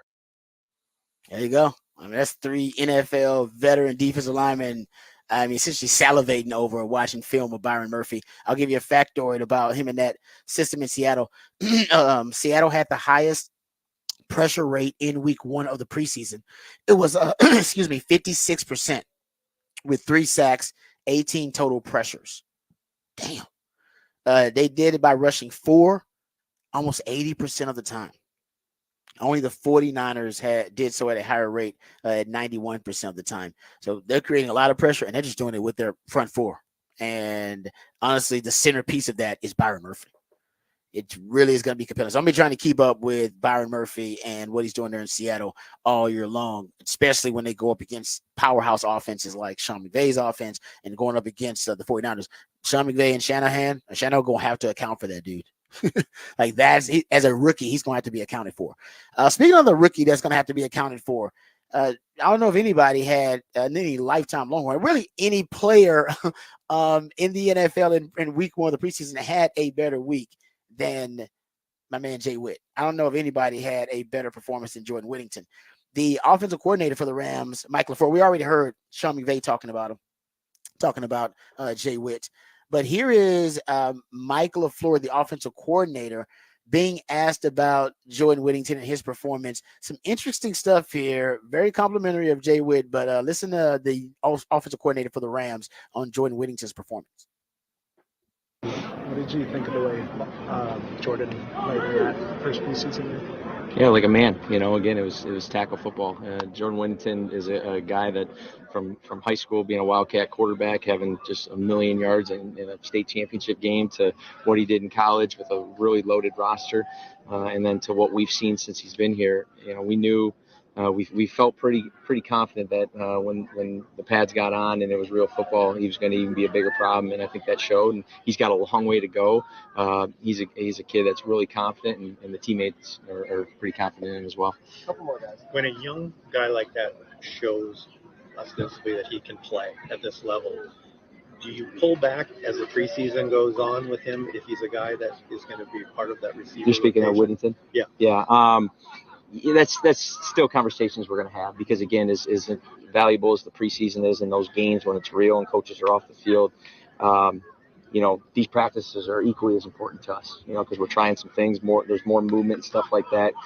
That's, you know, more like our offense, obviously. So all those discussions will always be fluid. It can change day to day. It can change based on who's available, who's not available. So, you know, we'll keep it going from there. All right, so keep in mind that when Puka Nacua had his breakout performance, and as a rookie, and he was, in addition to what he was doing in practice, right? The coaches are watching him in practice, and then they watch him in the preseason. He had 5 targets on three receptions on 5 targets, 52 yards, and 1 touchdown in his week 1 preseason game as a rookie. And then Nacua did not play for the rest of the preseason because they liked him that much, and they're like, "Nah, we've seen enough. We've seen enough of him in the game, and we see enough of him in practice. We're good. We don't even want the NFL to know much about him. There's already too much hype about him anyway. And we don't want him to get hurt. Let's shut him down, and then boom, we'll unleash him on the league in the regular season." And Jordan Whittington, 9 targets, 7 receptions, 74 yards, to be determined. But they could decide to shut him down and go, oh, if they shut him down, that is great. I think he's already going to make the roster. Oh, yeah. If they shut him down, that means he's going to play. Like, not to make the roster. No. He's a part of our plans. I mean, on that first depth chart, he was number 4 in wide receivers. So he's going to play anyway. So if he's number 4 in wide receivers on the first depth chart, and that's before he had a really good game, that's just from practice. Yep. Should tell you, I don't think unless something goes terribly wrong. Jay Witt, it feels like he's gonna make this roster no problem.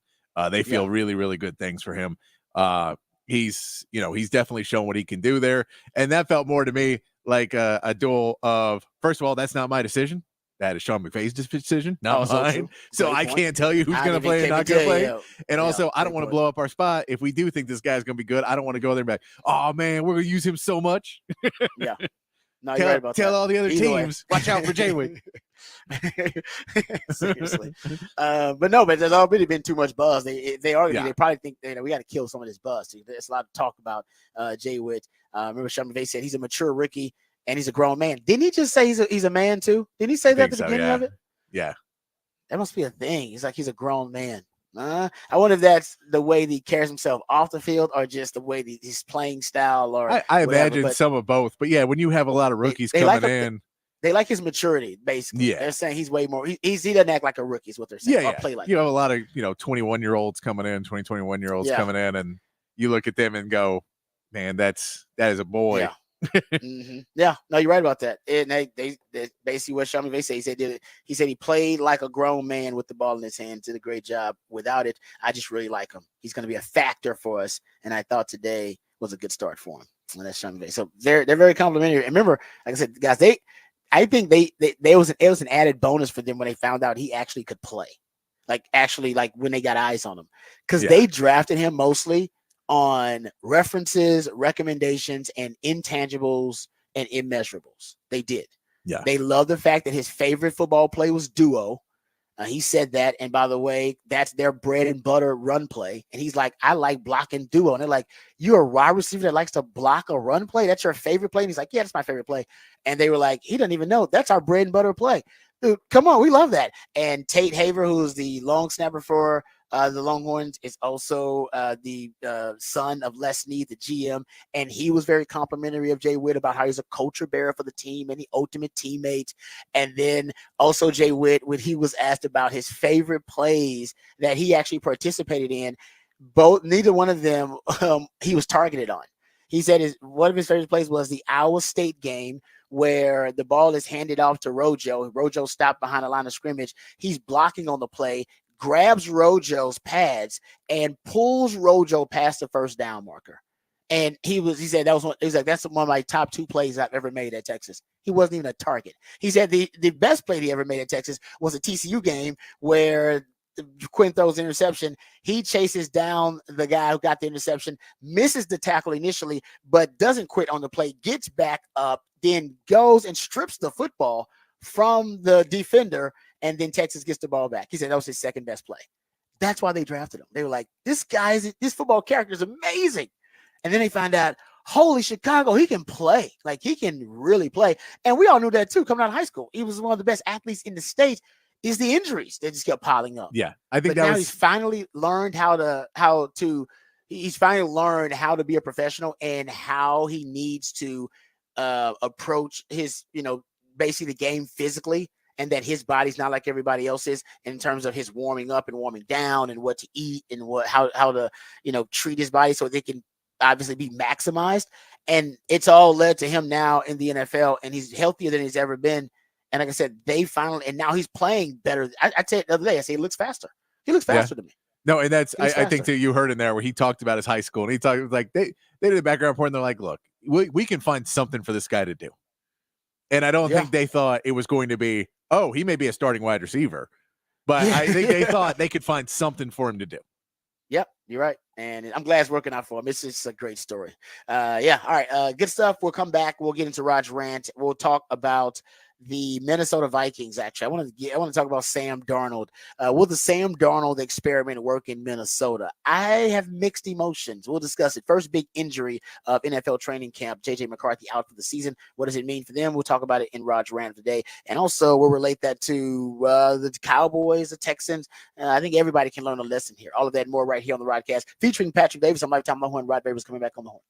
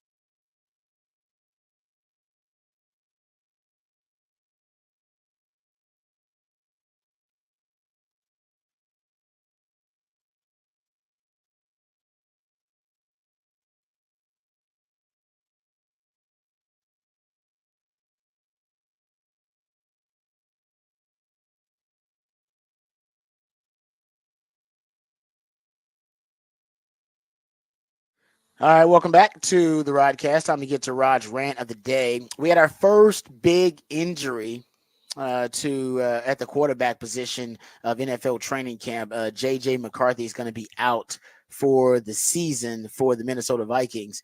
He's having season-ending surgery, and he actually had a really good preseason, week 1 preseason game. He was 11 of 17, 188 yards, 2 touchdowns, 1 interception, had a pass rating of 116.8.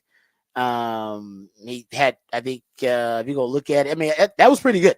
I mean, I thought he may have had the best performance out of all the rookie quarterbacks in week 1 of the preseason. Caleb Williams was looking good too. I think he was 4 of 7, 95 yards. He had 13 and a half yards per play. It's pretty good for them. Jaden Daniels for Washington, 2 of 3, 45 yards.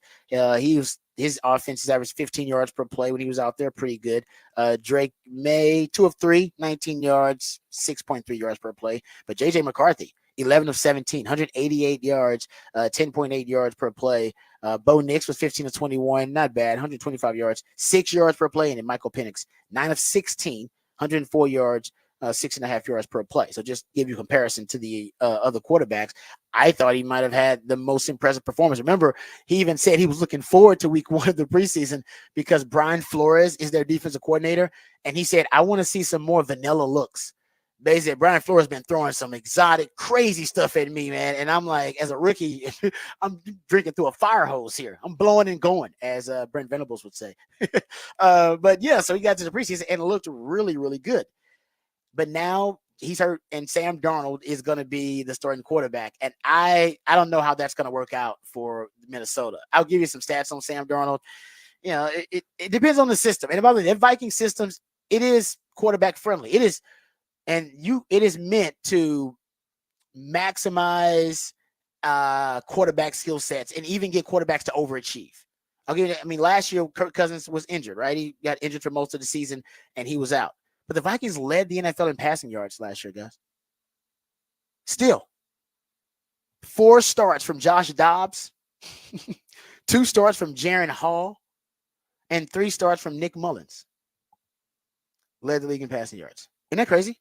Nick Mullins averaged 370 yards, passing yards per game across his 3 starts last year. Guys, the NFL record for passing yards per game is 342. Like in the minimum of 6 games, you average 342 yards per game, or 343, I should say, passing yards per game, you'd have the NFL record. He averaged 370 across 3 starts. Like they were lighting it up. I mean, and Nick Mullins is a McShanahan favorite because remember he was one of Shanahan's quarterbacks for a while, and Shanahan would always get Nick Mullins to overachieve. Nick Mullins, how about this? He is tied for 3rd in quarterback leaders in yards per attempt in the last 6 years, from 2018, 2019, 21. Basically for the last 6 years, he is tied for 3rd in yards per attempt, averaging 8 yards per attempt. You know who's ahead of him? Jimmy Garoppolo and Brock Purdy. The system. Right? The system helps quarterbacks to overachieve in that way.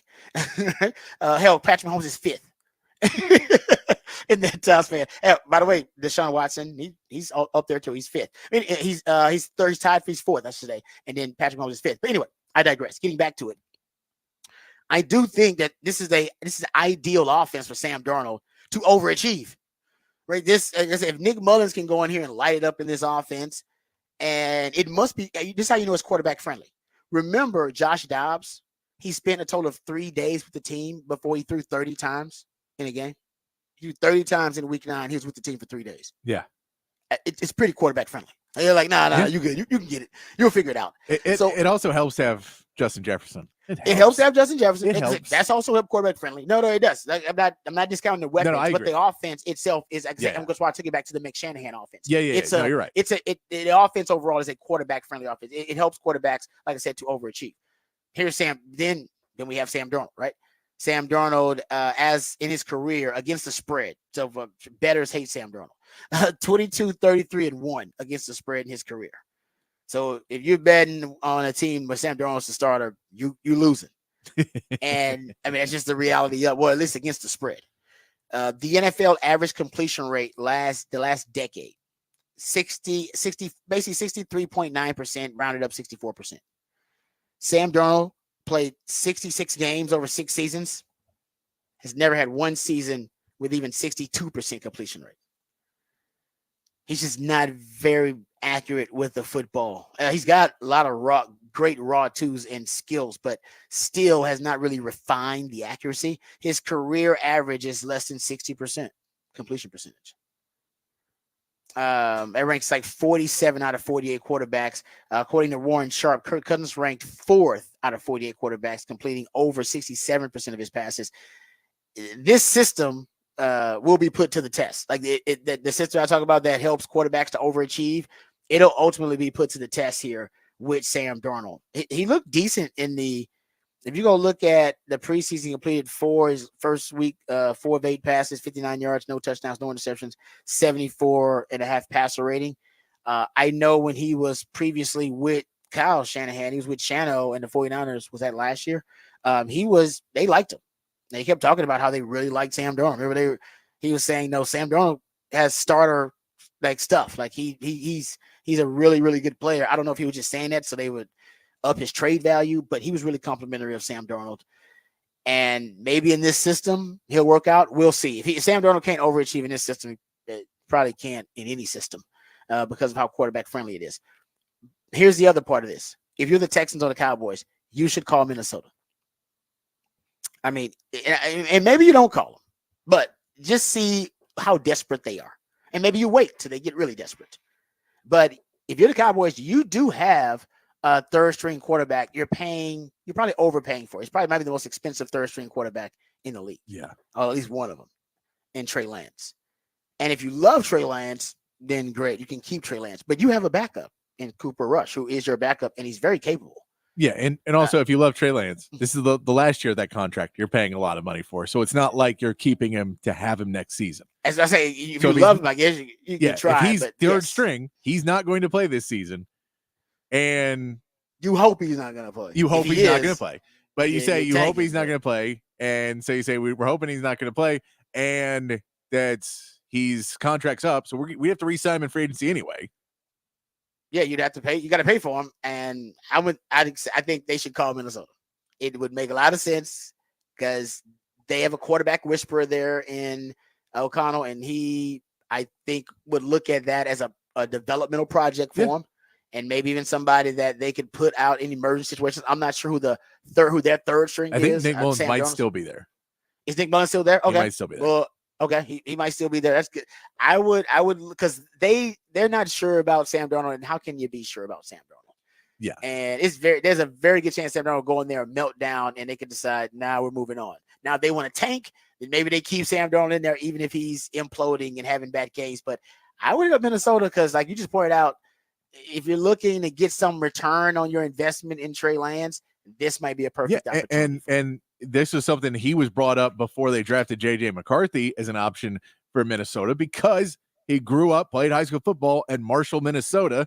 Trey Lance did, which is about a 3-hour drive from Minneapolis. So he is a Minnesota guy already. So you can bring him back, have him play in Minnesota, work with the team. If I'm Trey Lance, I'm all for this. I get to go home to Minnesota. I get to work with another coach. I may get some playing time and maybe boost the ability of what I'm going to be able to make in free agency and get another shot somewhere else after the season. If they want to go with J.J. McCarthy afterwards, if I'm Trey Lance, I'm all for this. I agree.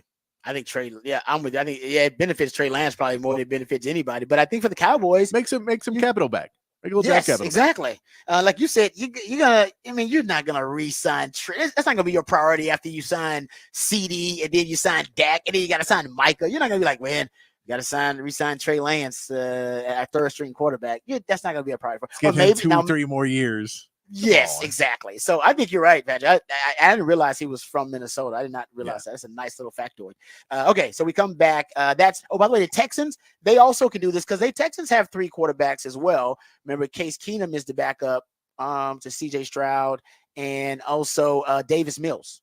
Well, I don't know. I think Davis might be the backup, and it's just either way. Davis Mills has been playing more in preseason, but that's because he's younger, and so yes. So they have very capable second and third string quarterbacks. Yes. They also could think about it. And remember, Case Keenum's got a history there with the Vikings. So if they're desperate, the Texans, Nick Caserio could reach out to him. I think, but I will say this: keeping a third string quarterback is now more valuable than it's ever been.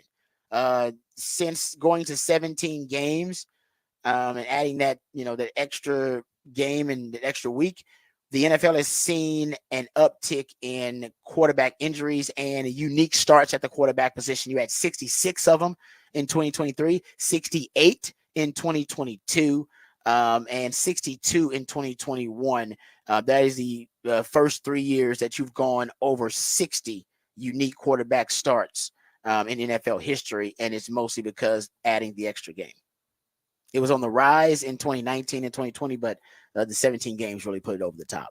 So you need your third. We've seen third string quarterbacks in playoff games, guys. Playoff games. So your backup's more important than ever. So maybe those teams will decide you need that emergency QB. All right, we come back. We'll get into some factoids, facts of the day, what the facts, what the stats, right here on the Rodcast featuring Patrick Davis. I'm Lifetime Longhorn. Rod Bears coming back on the horn.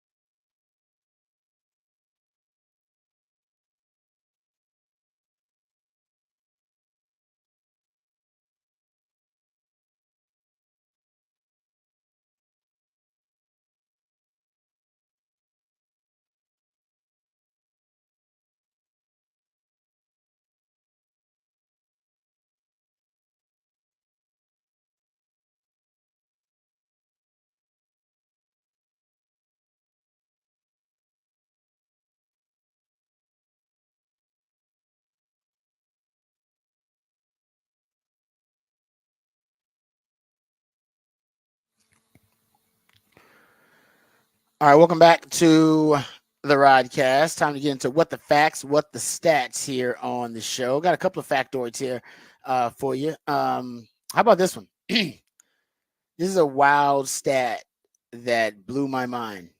So if you go look at the WNBA's Indiana Fever, obviously the team that drafted Caitlin Clark, they have released their mid-season growth numbers. Ticket sales sold out 100% the season ticket inventory. Total attendance is up 264% from last year. 186,000 fans have attended a Fever home game. 230,000 fans have attended a Fever road game. Merchandise sales, 1,193% increase in jersey sales from last year. Team store transactions are up 700% from 2023. They broke the franchise single game merchandise sales record 4 times this season. Concession sales, hot dog sales are up 300% year over year. 2,826 gallons of draft beer have been sold. That's a 740% increase. Social media metrics, over 800 million views in the last 4 months alone. They added 1.3 million followers since April 15th. The Fever have more social media views than any other WNBA, NBA, NFL, NHL, or Major League Baseball team in the last 4 months. Off season for NFL. TV viewership, 38 games on national TV this year, most in the WNBA history. Set records for most viewed WNBA games on ABC, ION, ESPN, and NBA TV. Corporate partnerships, 225% increase in partnerships, largest number of team sponsors in the WNBA. And the 2024 WNBA season is only about halfway over. Safe to say, she's already paid off, and that's huge return on your investment. I mean, it's paid huge dividends for that organization. I mean, that draft pick has already made its money back for you as an organization, period, in half a season. That's amazing. That's crazy. Yeah, it's that it's crazy that some draft picks, it's always just crazy that you're like, well, if you got the year before, maybe your team's a little bit better. Yeah.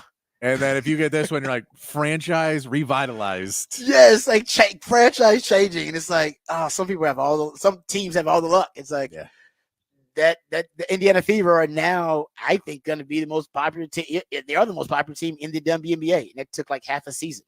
It's amazing. It really is. The Caitlin Clark effect. We were concerned whether it would die out, whether it would lose its momentum and steam. That has not really happened. No, it has not. Kicking.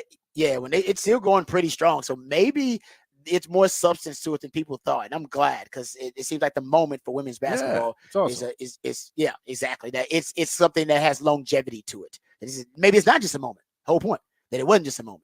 There's something real kind of happening with the evolution of women's basketball, period. So good for them and good for Caitlin Clark. And damn, the Fever. I mean, whoever the owners are of the Fever, I mean, think about this. They probably were like, man, we own like half of the Fever. It's all good.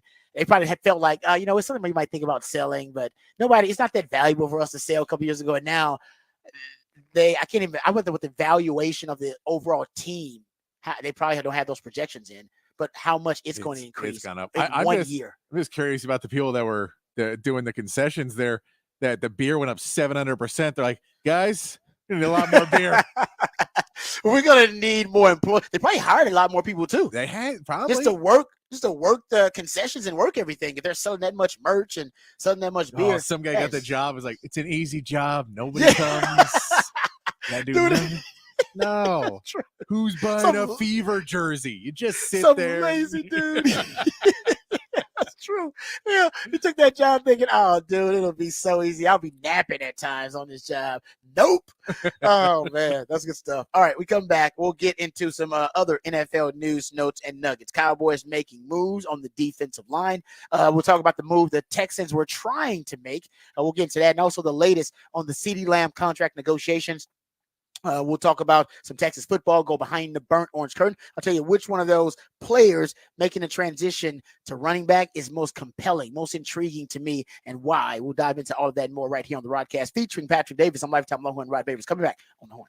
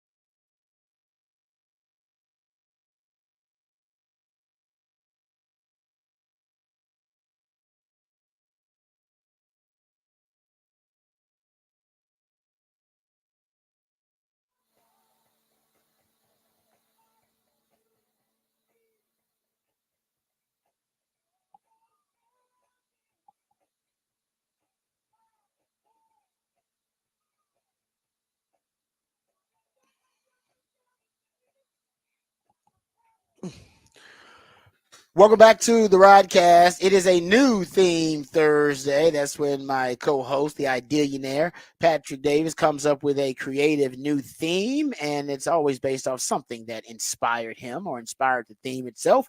And today he is showing some love. We had a legend pass away, famous Amos, Wally Amos, passed away.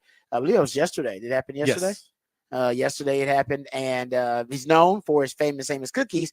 But I didn't know, and I was totally ignorant to the fact that before he became a cookie entrepreneur and a cookie mogul, that he was actually a big-time music executive. Did not know that. And so the creative theme for New Theme Thursday is a dedication, an homage to Wally Amos for his days as a music exec and all the bands that he worked with and helped found. Yes. Right? Yes. Wow. Keeping That's it there, amazing. and that was Marvin Gaye. Marvin Gaye's one of the people who invested to help found famous Amos Cookies, which is a really weird fact to know in life. Yeah, no, he was one of the original investors. That's crazy to me. I was reading up on it. Once you told me this, I went down a rabbit hole. I couldn't help it. I was like, this is amazing. Yeah, it's crazy, right? It's a good story. I think more people should know that, and that's why I'm doing this, because it's just a cool, it's cool when you see somebody live that kind of life where they just kind of went on and, served in the military, then got out and worked with all these really influential bands, and they liked his cookies, so he went into making cookies, and then got a loan from got an investment from Marvin Gaye. Marvin Gaye to help do it. Like, what are the what was the pitch to Marvin Gaye? Was it like Marvin more just loved the damn cookies? Like, oh no, dude, these cookies will sell. Bro, your cookies will sell. I will invest major bread in your cookie. I think he opened it up like a storefront first. Yeah. And then they expanded the storefront from there, and then obviously went into grocery stores and supermarkets. It's amazing. It really is a great story. And dropped out of high school to join the Air Force. I tell you, the biopic for famous Amos, to me, looking more and more compelling. I mean, it's a nice little screenplay because you got two separate like phases of his life to dive into. Yeah. You got the music executive life, and then you got when he became an entrepreneur as a cookie mogul. And then they obviously merged, I'm sure, at several points. And we know this because Marvin Gaye invested in the cookie company. So then you can merge the two together. Oh, man, that's easy. So you just go. It's a simple screenplay, too. His early life. And that's his time in the Air Force, quitting high school. Said he baked with his aunt Della Bryant, and she's the one that helped him come up with the recipe as a youngster before he even, became an adult and before he went to the military. So he had baking like in his background. Then that in the military thing, that's your beginning of the story. And then the music executive, that can be kind of the second part of the story. And then him going into being a cookie mogul, that can be the last part of the story. Done. Easy. I mean, you can write that. That can streaming service. You make this. No, really, I'm serious. Like I said, I watched the Tetris biopic and the one about Flaming Hot Cheetos, which, by the way, weren't bad. But this one can be just as compelling. I mean, there's no way to me, this would be just as good. And you got little cameos from famous people like Marvin Gaye just thrown in there. And he did a lot of he wrote a book too. He wrote like a motivational book, something like that. So his self-help book, whatever you want to call it. The man was accomplished now. I had no idea. I apologize, famous Amos, the late great, for not knowing about your accomplishments. I really didn't. I know he was married 4 times. Also drama for the screenplay. Some drama. That's a great 4 times. Kids? Oh. Yeah, he had 4 children. Yep. Yeah. He had 4 children: Michael Amos, Gregory Amos, Sarah Amos, and the musician Sean Amos. He lived in Hawaii. Yeah. Most of his life. That's why he made that Kahuna cookies later on. Yeah, so you got beautiful background and scenery. You can film it, some of it in Hawaii. That's good stuff right there. Boom. I'm telling you guys, this is money. You might as well get it. Oh, and he had cameos in television shows when he really got famous. The Jeffersons. He was on Taxi. He was on The Office. Boom. There we go. We can throw those into the biopic too. Guys, this will easily be 75 minutes to 80 minutes. Done. Make it. I mean, what are we waiting on here? This is easy. I guess you have to wait on him maybe to pass away. Well, the rights it's happened now. Life. So it's happened now. We'll expect to see it by the end of the year. All right, there you go. 2025.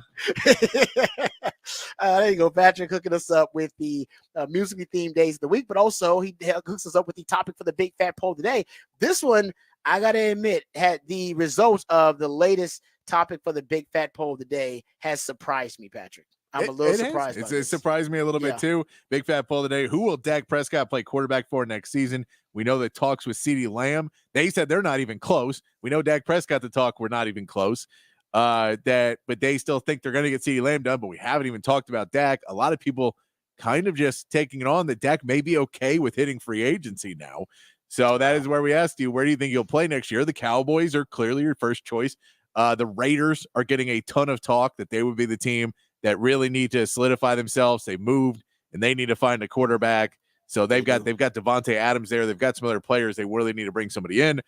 I have the Giants as one that Daniel Jones you can get out of his contract after this year. They'll be looking for a quarterback. They may try and get someone in the draft, but it's not a draft heavy in quarterbacks. So maybe you try and go somewhere else. Dak Prescott knows that division really well. And the Pittsburgh Steelers going to need another quarterback. It doesn't feel like Fields or Wilson's the answer. Him with Mike Tomlin, that is an interesting proposal as well. Where do you think they're going to end up? If you've got another one, feel free to share it as well on the text line, 512-447-3776, or you can hit us up at the Horn ATX on X, where that poll is posted. Yeah, that the Steelers one, to me, I know it's the least popular among our the people who are participating in the poll here. So it's getting the least amount of votes, only 13%. But I think that's the most intriguing. The Pittsburgh Steelers are doing things that are very un-Steeler-like. We talked about that, especially going after Brandon Ayuk in a trade, being aggressive there. This open quarterback competition is by the way, it's fiscally responsible by them because they're not paying a lot of money for either one of these guys. But I don't necessarily think it's going to work out. And they're being, like I said, they're being very open about how they're handling the quarterback competition. And that's not really, the Steelers are an organization that keeps things in house. What stays in what happens in the family stays in the family kind of organization. And that's not really how they're operating right now. So I think ultimately both Justin Fields and Russell Wilson, like you said, I think they move on from them after this season. I think they are both kind of temporary stopgap solutions. And then next offseason, they really focus on, all right, we got to find our quarterback of the future. Is that the draft? Are we going to trade for a guy? We're going to wait. You can't wait till a quarterback hits free agency. It's really only now if Dak does, that would be, something that's almost unprecedented. Kirk Cousins hit the free agency as kind of a franchise quarterback, but it's rare. Usually you got to trade for those guys or you got to draft those guys. So they'll have to figure that out, whether they want to trade for someone or draft someone. But if Dak becomes a free agent, the Steelers in that division too, because it's an arms race happening right now in that division. The Browns have more players making at least $10 million than anybody else in the league, 13 of them. So they're spending a lot of straight cash, homie. The Ravens, they're trying to maximize the end of their window right now with Lamar Jackson and John Harbaugh. And then you got the Bengals, and right now, trust me, the Bengals are right at the end of that window too. Remember, I told you got a 5-year window to maximize a great quarterback and a great head coach to win a Super Bowl. And no head coach and quarterback pairing or duo have won their first Super Bowl outside of that 5-year window. So you're either going to make history or you'll be a victim of it. And I think you're more likely, be a victim of that historical kind of trend where if you don't win a Super Bowl within the first 5 years of having that coach and that quarterback together, it ain't going to happen. The NFL is just not structured like that. So that division, there's an arms race happening. And I think the Steelers, they're ready now to compete in it. I mean, they've been doing a good job, but in terms of the quarterback, that's, I think, the last piece of them trying to really, put their stamp on this division post Ben Roethlisberger, which is something they really haven't been able to do. Kenny Pickett was not the answer, obviously. All right, good stuff there. Las Vegas right now winning the poll. 39% of you believe that Dak will play for the Las Vegas Raiders next season. So the Cowboys are second, 30% of the vote. All right, before we get to some Cowboys discussion and some Texans discussion, let's get updated, educated, and informed on all the top stories of the day with Patrick Davis and the Horn Headlines. All right, Horn Headlines brought to you by Top Gun Rentals and Lawn Equipment. In the MLB, the Astros got their 8th win in a row and a sweep of the Rays with a 2-1 win in extra innings last night. Roniel Blanco pitched 6 innings, only allowing 2 hits, leaving the game with a 1-0 lead from a Jeremy Pena home run before some good base running from Taylor Walls snuck in the tying run on a fielder's choice. For the Rays, the Astros were able to get the go-ahead run on a Dubon single in the 10th, and Josh Hader pitched two no-hit innings with 3 strikeouts to bring home the win. Houston now gets the day off before beginning a weekend series with the struggling White Sox. And the Rangers rallied big to salvage a game in their series with the Red Sox, winning 9-7. Wyatt Langford hit a 3-run homer in the top of the 9th to tie the game and send it to extra innings, where Jonah Heim knocked a 2-run go-ahead homer that proved to be the difference in the game. Adolis Garcia added 2 more home runs in the game, and the Rangers offense gave the team a much-needed win. They now prepare for a 4-game series with the Twins, starting tonight with Cody Bradford going up against a 12-win Bailey O'Bear. And that is your Horn headlines.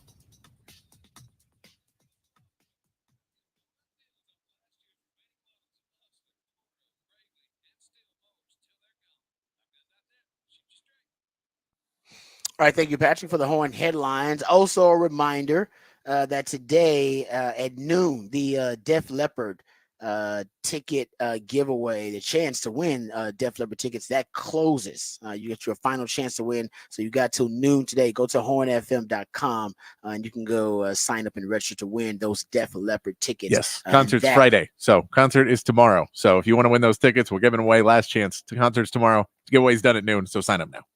Yeah, so we'll shut that down at noon. Go to hornfm.com. You still got plenty of time to register for those Def Leppard tickets. That I believe they get in touch with you. Leave your information and register. Yeah. No, you sign up there. Def Leppard Journey. If you win, if you don't get, if nobody contacts you, you didn't win. You didn't win. Don't call nobody. Don't hit us up like, hey, did I win? Like, no, you didn't win. You didn't win. If you won, they will contact you. But go check it out, hornfm.com. Those Def Leppard tickets, still a chance for you to win. Shutting that down at noon. All right, let's get to the Cowboys news first, and we'll get to the Texans news.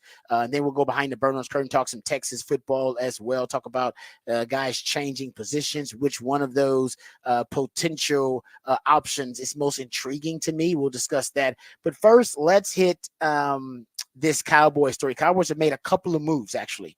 And I'll give the Cowboys some credit. I really love one of these moves. The Cowboys traded they have agreed to trade a 7th-round pick, a 6th-round pick in exchange for a 7th-round pick and Jordan Phillips, the defensive tackle. So the Dallas Cowboys agreed to make that trade. They needed a defensive tackle. As a matter of fact, there was a media availability with Mike Zimmer earlier this week where he's discussing Mozzie Smith and makes the case publicly that we need more D tackles. Basically, we need more defensive tackles. And I remember hearing it, and it didn't become relevant until today when it was reported the Cowboys made the move. And I thought to myself, man, Mike Zimmer, he pleaded his case publicly. I guess when Mike Zimmer speaks, the Cowboys listen. Here's Mike Zimmer. Mozzie's done a good job in there. We got to find some more noses, obviously, see how these young guys do. So just kind of go from there. All right, there you go. So the Cowboys agreed to trade for veteran D tackle Jordan Phillips and a 7th-round pick. That's a 26 7th-round pick, by the way, from the Giants in exchange for a 2026 6th-round pick. Really good upside for the Cowboys, really high upside. This is a guy, I believe in 2019, actually had nine sacks. That was a career high for him. So he can be a impact pass rusher for you. He's a little long in the tooth now because I believe he was drafted in 2015, but you don't need him to be a superstar for you. You need him to handle the basic responsibility of keeping your linebackers clean. So if he can just be stout at the point of attack, if he can avoid being pushed back, take on potential double teams, but at least be able to clog a gap and stand his ground. That's all the Cowboys need from him. If he can stand his ground and occupy the blockers and keep the linebackers clean so they can fast flow to the football, that's all Zimmer needs from him. Now, if you get added value of him having, kind of a resurgence as an impact pass rusher, that would be great because that's why he was drafted in the 2nd round in 2015. He's got 62 career starts, so he's enough of a veteran, and he's started enough games in the league. He'll know how to anchor down and just not be moved. that's the basic responsibility of him as that kind of help at that one technique right there at nose tackle. 6'6", 340, so plenty of mass. I always say that you want a D tackle that's either a D tackle that demands a double team so that they can help you flip the numbers advantage. It takes 2 of them to block your 1. Or you want to know a defensive tackle that is so massive that they're just gargantuan. They literally will clog up multiple gaps and take on multiple blocks with just their sheer size. He's one of those guys, the latter. He's 6'6", 341. So that dude, he's huge. And for the Cowboys, like I said, all you need to do is be stout. And like I said, if he ends up being a pass rushing presence for you, that's added value. If he ends up becoming a guy that can penetrate and get into the backfield and force negative plays, splash plays, and get tackles for loss, also added value for you. Guy's got 24 sacks in his career. So he has a pass rusher in him. We just don't know if Father Time has gotten the best of that pass rusher, but maybe in certain situations you can bring that out. But I love the value. I mean, you spent a late round pick on somebody who's going to play for you immediately, actually, like right now. He's going to be rotating with your first and second team. So yeah, I think it's a good move by the Cowboys. Great move by the Cowboys. They also, the Cowboys brought in Carl Lawson.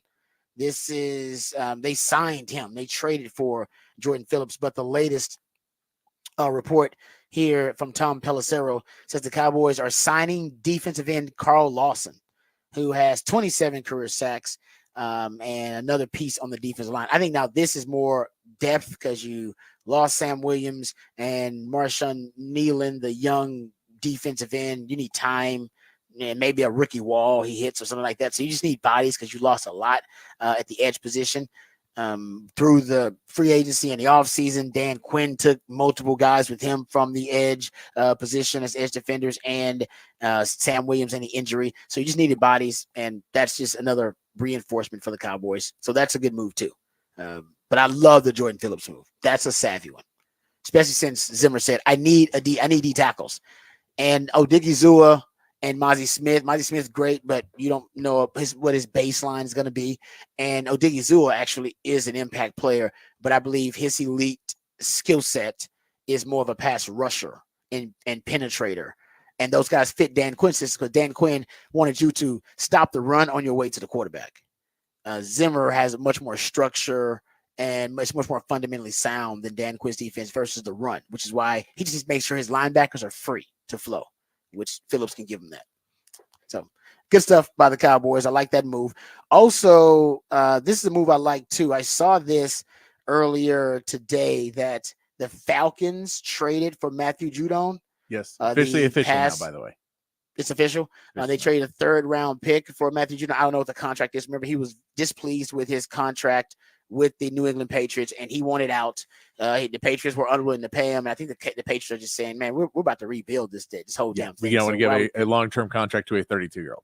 Yeah, it just doesn't make a lot of sense. But he is a hell of a player. Yeah. Now, he a little longer in the tooth, as Patrick said. But you're talking about a guy who's had 32 sacks in the last 3 years with New England. He missed 4 games, actually, in 2020. Actually, I only played in 4 games, but had 4 sacks in those 4 games because of injury. But 15 and a half sacks in 2022, 12 and a half sacks in 2021, 4 straight years of Pro Bowler.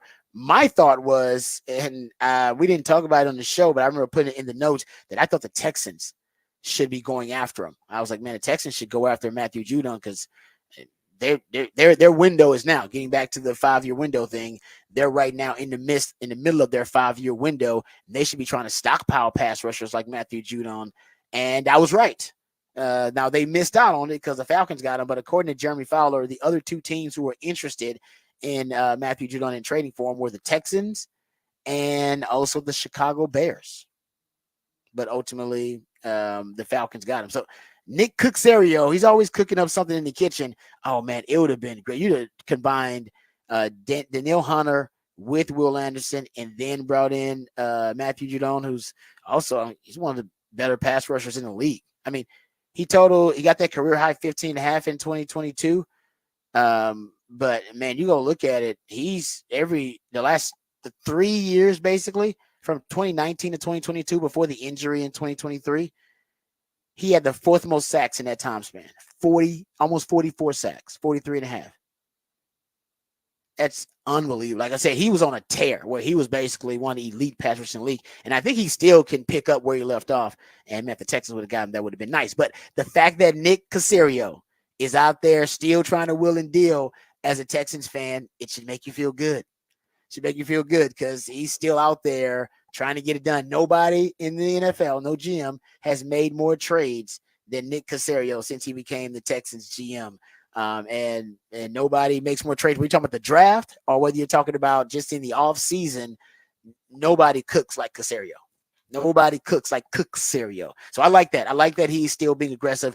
You got to maximize the window, man. The window is now. You basically got 3 to 4 more years in this window with CJ Stroud, and then things are going to start to deteriorate because you got to pay him, and then you got to pay Will Anderson, and you got to pay Derek Stingley, you got to pay everybody else.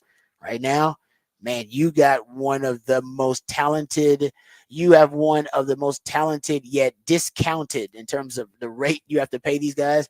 Roster in the league, the two most expensive positions. No, I say wide receiver now. So 2 of the 3 most valuable positions in terms of their worth in the league are quarterback and pass rusher. And your 2 best, at least now you're one of your best pass rushers because Danielle Hunter's getting paid, but your quarterback, you're getting those guys on a discounted rate for the next 3 years. Yeah, and you signed Nico to a very team-friendly deal. Oh, you signed him. He's outside the top 10. Yeah, it's outside the top 10. You signed him. So you've got him now that you've got for a few more years. Yeah, man. Like I said, you got it. That's why I'm glad that I saw that report. Even though they didn't get him, made me feel good about it. Yeah, you want to be active. He's being that aggressive. That he's just out there trying to will and deal. If you're a Texans fan, you got to like that. Okay, let's talk about we'll get back to the Cowboys here actually because I wanted to get into the CeeDee Lamb, the latest in the CeeDee Lamb discussion, the CeeDee Lamb negotiation with the Cowboys. So Clarence Hill, Chill does a great job of the Fort Worth Star-Telegram. He is reporting that the Cowboys are not close in the CeeDee Lamb negotiation. They're still far apart on this thing, which is not good. I don't know how that could be the case. They're going to be hammering this thing out like all day long. Like they would be in contact all day long. All right, how about this? How about that? I have no idea why this is becoming such I don't know. And you would figure negotiation that if it wasn't close and it hasn't been, then at some point we would get this isn't going to happen. We want to trade. Like you figure that trade request would come through at some point. If it continues to be, if it has been and continues to be not close. Yeah, I agree. I said that last week. I was like, I don't know when the request for a trade is going to happen. Remember, Brandon Ayuk requested a trade, and now he's wearing 49ers gear. Yesterday, it was reported by Grant Cohn that Ayuk arrived at 49ers practice wearing team gear. Remember Jerry Rice said today would be the day. That was yesterday. He's like, today will be the day. We'll find out if they want him or not because Jerry Rice is pretty damn plugged in to the 49ers. I think he's got like an office in the building. And then Brandon Ayuk shows up in 49er gear. I think Jerry Rice knows. And then we heard that there was only one item that they have been disagreeing on. One major item within the contract negotiation that they were far apart on, but everything else had basically in principle been agreed upon between Brandon Ayuk and the 49ers. So they're closer than CeeDee Lamb and the Cowboys are. And we thought at one point, he's going to the Steelers or he's going to the Browns. I mean, he spoke to those other teams, was given permission to seek a trade, had trade proposals already laid out. And now he's going to end up back with the 49ers. So they had all of that drama take place, and the Cowboys still aren't even close to CD. Can we at least get some movement in this damn thing with CD? There's not even no movement even happening. CD got no Cowboys noticed on his social medias. He's done the social media wipe. It's serious. Yeah, exactly. Can you do that? Because I think Brett. Yeah, he already removed them from the America's team or whatever. He's taking off a few things. So that's the only drama we've had. You're right. Yeah. He needs to request a trade. CD should request a trade. You ain't got to demand one. Demanding is different. If it is truly not close. If we're not close, just request a trade. Yeah, I agree. If you don't want to sign me, send me somewhere. That's fine. Send me where I can get that contract. It might move things along. Hell, Jerry probably would like it. He was like, that's more headlines. I get to, here we go, more headlines for CD. Okay, so speaking of players who are plugged in, Jerry Rice, like I said, Jerry Rice was the one that really kind of hinted that this Brandon Ayuk thing is close to getting done with the 49ers. And with that tweet that he put out early this week, and he said yesterday will be the day, and yesterday Brandon Ayuk showed up in 49er gear. So maybe they are closer than ever before. So Micah Parsons was asked about CeeDee Lamb. And here's the quote that he had. He said CD might be holding out, but he's watching practice film on his tablet every day. That's good. And he said he actually talked to CD, and he said, quote, we have our talks, but at the end of the day, me and CD and all of us, we kind of know what it is. CD is a part of the brotherhood, whether he likes it or not. He knows he's not going nowhere. The business side, they're going to take care of him, but obviously we miss him. I mean, he's one of the best people you can have in a locker room, and I'm pretty sure he'll be here soon because no doubt about it, week 1, he will be suited up for the Dallas Cowboys. Seemed pretty matter of fact, seemed pretty confident. You know he's talking to Jerry Jones because they're pretty close. So maybe Micah is hinting that they'll never let it get to the regular season. That if you're stressed out about that, it'll never get that far, that they will nip it in the bud before that. That's the only thing I can gather that from Micah's comments, that maybe Jerry told him, it won't go into the regular season. Don't worry about that. But if it gets to that point, we'll fold and we'll just pay him what he wants and he'll come on board.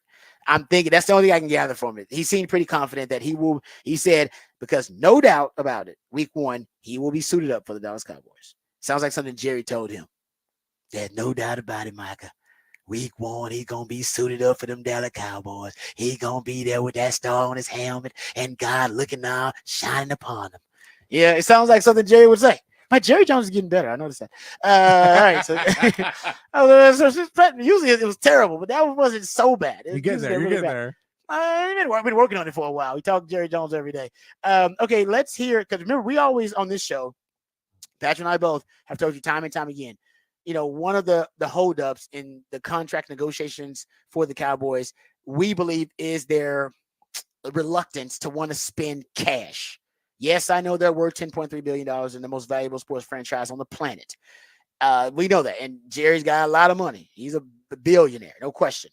But it's one thing to sign players to deals and to pack those contracts with a lot of funny money, or on the other side of that, to guarantee players the majority of their deals and to give them signing bonuses, big signing bonuses, which, like we talk about, that's cash right now that you have to immediately have on hand.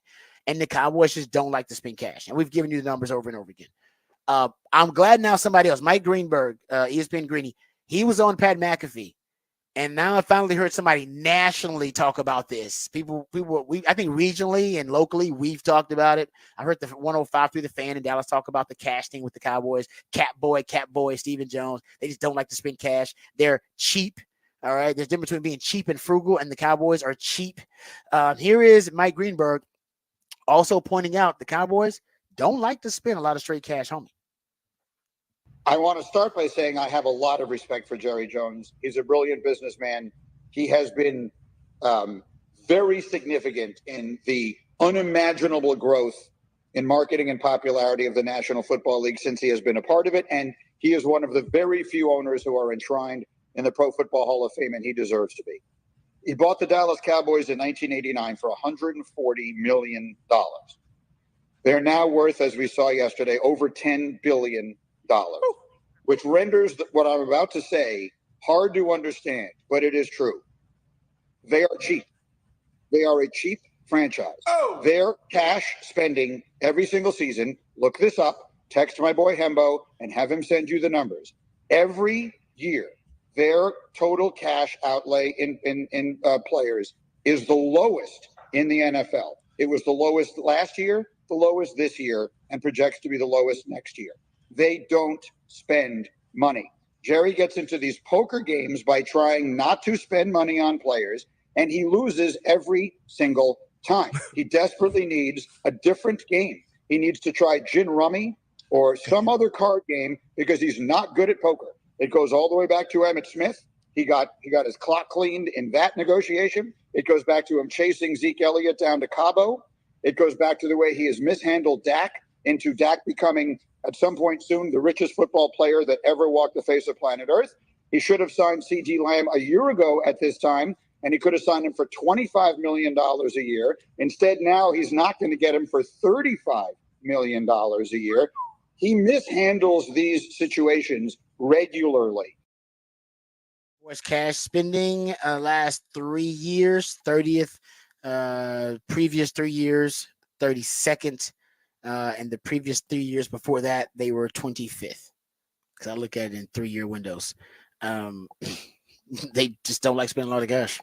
But more and more NFL agents and players, they don't want the funny money. All they want is cash. Yeah. Guarantees. So Cowboys better, I don't know when they're going to adjust their business model, but I think they need to do it quickly. Otherwise, some of their key players and key foundational pieces may decide they want to go elsewhere and get their straight cash, homie.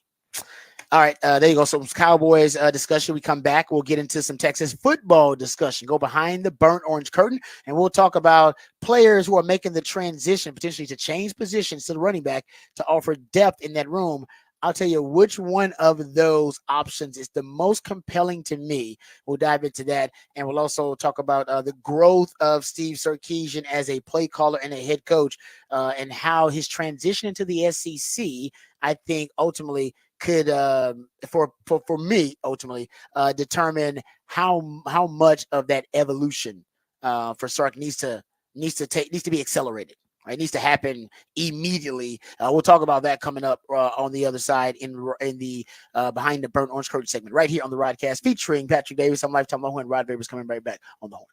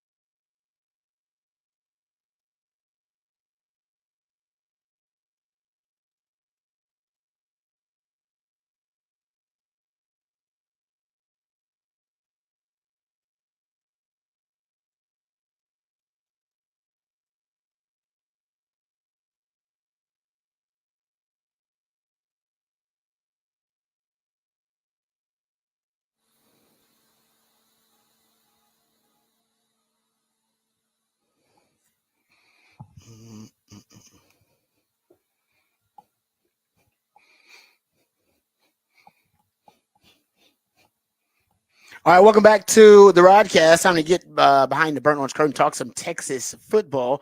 Of course, there's still plenty of conversation happening about the injury bug that has hit the running back position on the 40 acres, losing C.J. Baxter for the season, losing Christian Clark, obviously another one of your depth pieces, the freshman Christian Clark, also out for the season now. Now you have 3 scholarship running backs that are in that room, and I believe the reports are from my man C.J. Vogel over at On Texas Football that Ryan Niblett was getting some practice reps there. Also, Juan Davis getting some practice reps there. We know Darian Gillette actually got some reps there as the 5th string running back in the scrimmage while also working at 3rd string linebacker. So there are some options. I seem like those 3 are going to be your kind of first experimental solutions to try to add some depth into that room. It may work out, it may not. I think it will right now.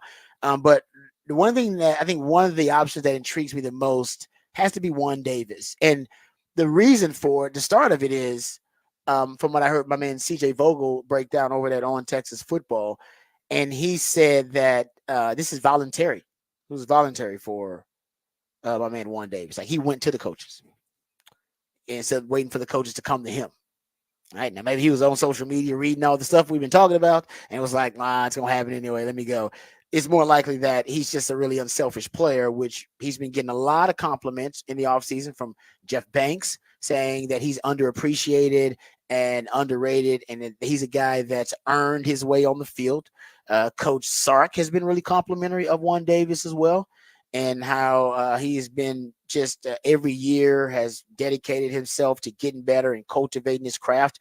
And I think basically last 2 years, he's just played special teams. Like, all of his major stats just basically been as a special teams player. Gotten some snaps on offense, but just playing special teams. And this day in the transfer portal era, to just be a special teams ace, if you will, for a team for multiple years, it does say a lot about you. It says a lot about how you feel about your teammates and about that school. Because at Texas, you could transfer somewhere else and get playing time. I mean, Juan Davis could. But he's obviously, there's something about, this team, the program, the coach of the school, whatever. He's dedicated. He wants to stay. And when I heard he voluntarily went to the coaches and told them, hey, whatever y'all need, I'll do it. I mean, I'm a tight end right now, probably has aspirations, I'm sure, to play in the NFL at tight end. So he needs reps there at tight end and needs to show productivity at that position. But the selflessness and the unselfish nature of Juan Davis compelled him to go to the coaches and say, hey, if y'all need it, I'll move for, whatever y'all need, whatever helps us win games. If I'm not mistaken, that's exactly what Rojo did with Tom Herman. That Rojo had that type of character where he went to Tom Herman. It's like, you need me to move to running back, I'll move to running back as well. And look how it worked out for Rojo. We all know the rest is history. And speaking of switching positions, strangely enough, the other culture bearer post Rojo, because Rojo, we admit that he was the catalyst of Sark's, new culture here at Texas. Sark even admits that it all started with Rojo and his selflessness and his team first nature and his dedication and commitment to the team, and it's paid off for him. He's playing in the NFL. But Jay Witt was that guy, right? Post Rojo. He became the culture bearer, the walking example that embodied the culture that everybody respected on the team because they had been witnesses to his journey and went, damn, man, look at his commitment. Look at what he's been through. Look at how he's overcome trials and tribulations. Look at his attitude. Look at his energy every day. And not even a starter. Also part of the respect the teammates have for those guys. Like, he's not even a starter. I got nothing to complain about if I'm not starting. He ain't starting. Look at the work he's putting in. Look how much time he's putting in. Look at his attitude. He ain't starting. Jay Witt's the third, target, the third, obviously most utilized target among the wide receivers, 4th if you include JT Sanders. Does he have a good attitude? Is he excited about his work? Does he go over and congratulate teammates and encourage and support teammates constantly? Yep. Does he complain when he doesn't have a target in the first half of the game? Nope. A.D. Mitchell would. All receivers ain't built like A.D. Mitchell would literally go, you can see him on the sideline, because I need the ball. And you know what? Most receivers are like that. Jay Witt wasn't like that. Different breed, right? We found it out about the Rams. We'll talk about that a little bit later. But I think, and I'm not saying Juan Davis is going to be that guy, But just like Jay Witt and just like Rojo, he's willing to change positions. And Rojo, remember Rojo came in as a quarterback. Jay Witt came in as a running back and a safety and everything else. I mean, he's playing like 5-6 different positions. But he did switch positions to wide receiver when he came. And both of those guys, there was a selflessness about them. Neither one of them were frontline starters. Warren Davis not a frontline starter, but he's willing to do whatever it takes, to make the team whole or to give the team the best chance at success. So that's number one, why I like Warren Davis. Number two is I think he actually could be a muse for Sark. He could provide some creative inspiration. What's the old saying that, necessity is the mother of invention? Right. Well, I think because of the necessity of you having to bring in more variety, more versatility at the running back position now because of the losses that you've had, bringing in Warren Davis, who's got a really, diverse athletic profile, guy with multiplicity in his skill set. We know he can play tight end, but in high school, he played quarterback and played wide receiver in high school. Hell, at tight end now he's trying to move to running back. And I think at running back, he'll be considered more of a fullback, right? Just kind of a more modern, progressive fullback, or he can be the wildcat guy because he's used to taking a snap.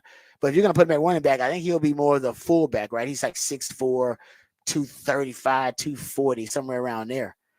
And I don't know, you guys have heard me on this show say it several times. I would love for Sark to get his version of a Kyle Juszczyk. His version of a modern, progressive, new age fullback. One that can line up at fullback if you need him to. He can also be an H-back if you need him to.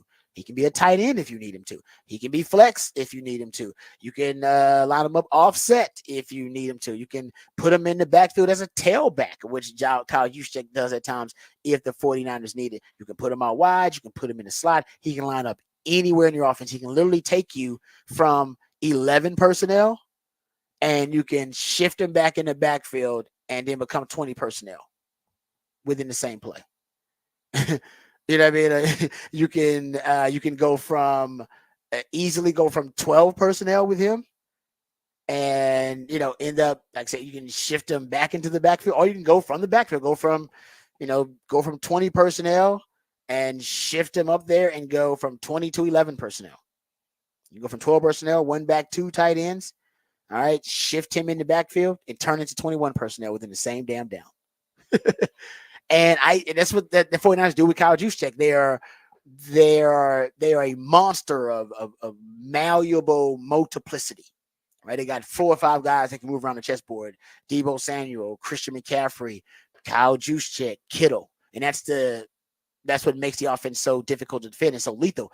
But Sark can take an element of that. And by the way, Sark has already hybridized and fused a lot of his concepts with Kyle Shanahan's concepts. So he's got the playbook concepts to be able to weaponize a player in that way. Remember, his original pony package in Atlanta was essentially taking Shano's 21 personnel packages, which had led them to a Super Bowl and Matt Ryan have an MVP type season. And Sark didn't want to just discard all that Shano had built because it was the best offense in the league with an MVP quarterback. So he essentially hybridized and fused a lot of his ideas with Shano at the time. And one of the products of that think tank session was the pony package. I'm going to use his 21 personnel, except I'll use 2 tailbacks instead. Well, all he's got to do is take out the tailback part of it and put in the original package and concept from Shano, which uses a fullback, and boom, you got a ton of ideas for your version of Kyle Juszczyk, which could be Warren Davis. And also, he's got the go-go offense, which he took from, or extracted, if you will, from Brennan Marion's time on the 40 acres, which is a go-go offense, 2 tailback offense, West Coast pass game, triple option run game. He still got that package, and you can take some of those ideas and with Warren Davis. And Warren Davis is probably a really good blocker. So I think your modern age, kind of progressive fullback is where I see Warren Davis, and he can make you multiple from down to down, even within the down. And this could be something that inspires Sark's innovation and his ingenuity and his creativity. Oftentimes you'll see a muse like a JT Sanders will do that for him, or I think Bijan, of course, did that for him. Keelan Robinson was that for him at times. He had these really boutique special plays for Keelan Robinson. I think Juan Davis can be that too. And there are connections that show that Sark, could weaponize Juan Davis in a certain way. So he's the most compelling to me because he could fill a wildcat role for you, but also a role that really hasn't existed for Sark. Kind of a new evolution of Sark. And necessity is the mother of invention, right? That's the old saying. And I think right now, if you're Texas, that's where you are. You're at the kind of I don't know if you're desperate, but you may be close to it, depending on how these young running backs, how they evolve. And knock on wood, if you have another injury at the running back position. But so I think it has been said that necessity is the mother of invention. And in the same vein, desperation is the father of compromise. Panic is the sister of improvisation, and despair is the second cousin of apathy. Right? So I think these situations, they can often inspire like creativity. And I think that's what hopefully that's what you get from Sark, that this is part of his evolution as a coach. And we see him, I always say coaches are problem solvers. We see him get creative and innovative and use ingenuity to solve these problems. I think that's what we're going to get from Sark. And I'm looking forward to looking at and recognizing those solutions, whatever they are. All right, we come back. We'll get into Off the Record on the other side, right here on the Rodcast, featuring Patrick Davis. I'm Lifetime Longhorn Rod Davis coming back on the Horn.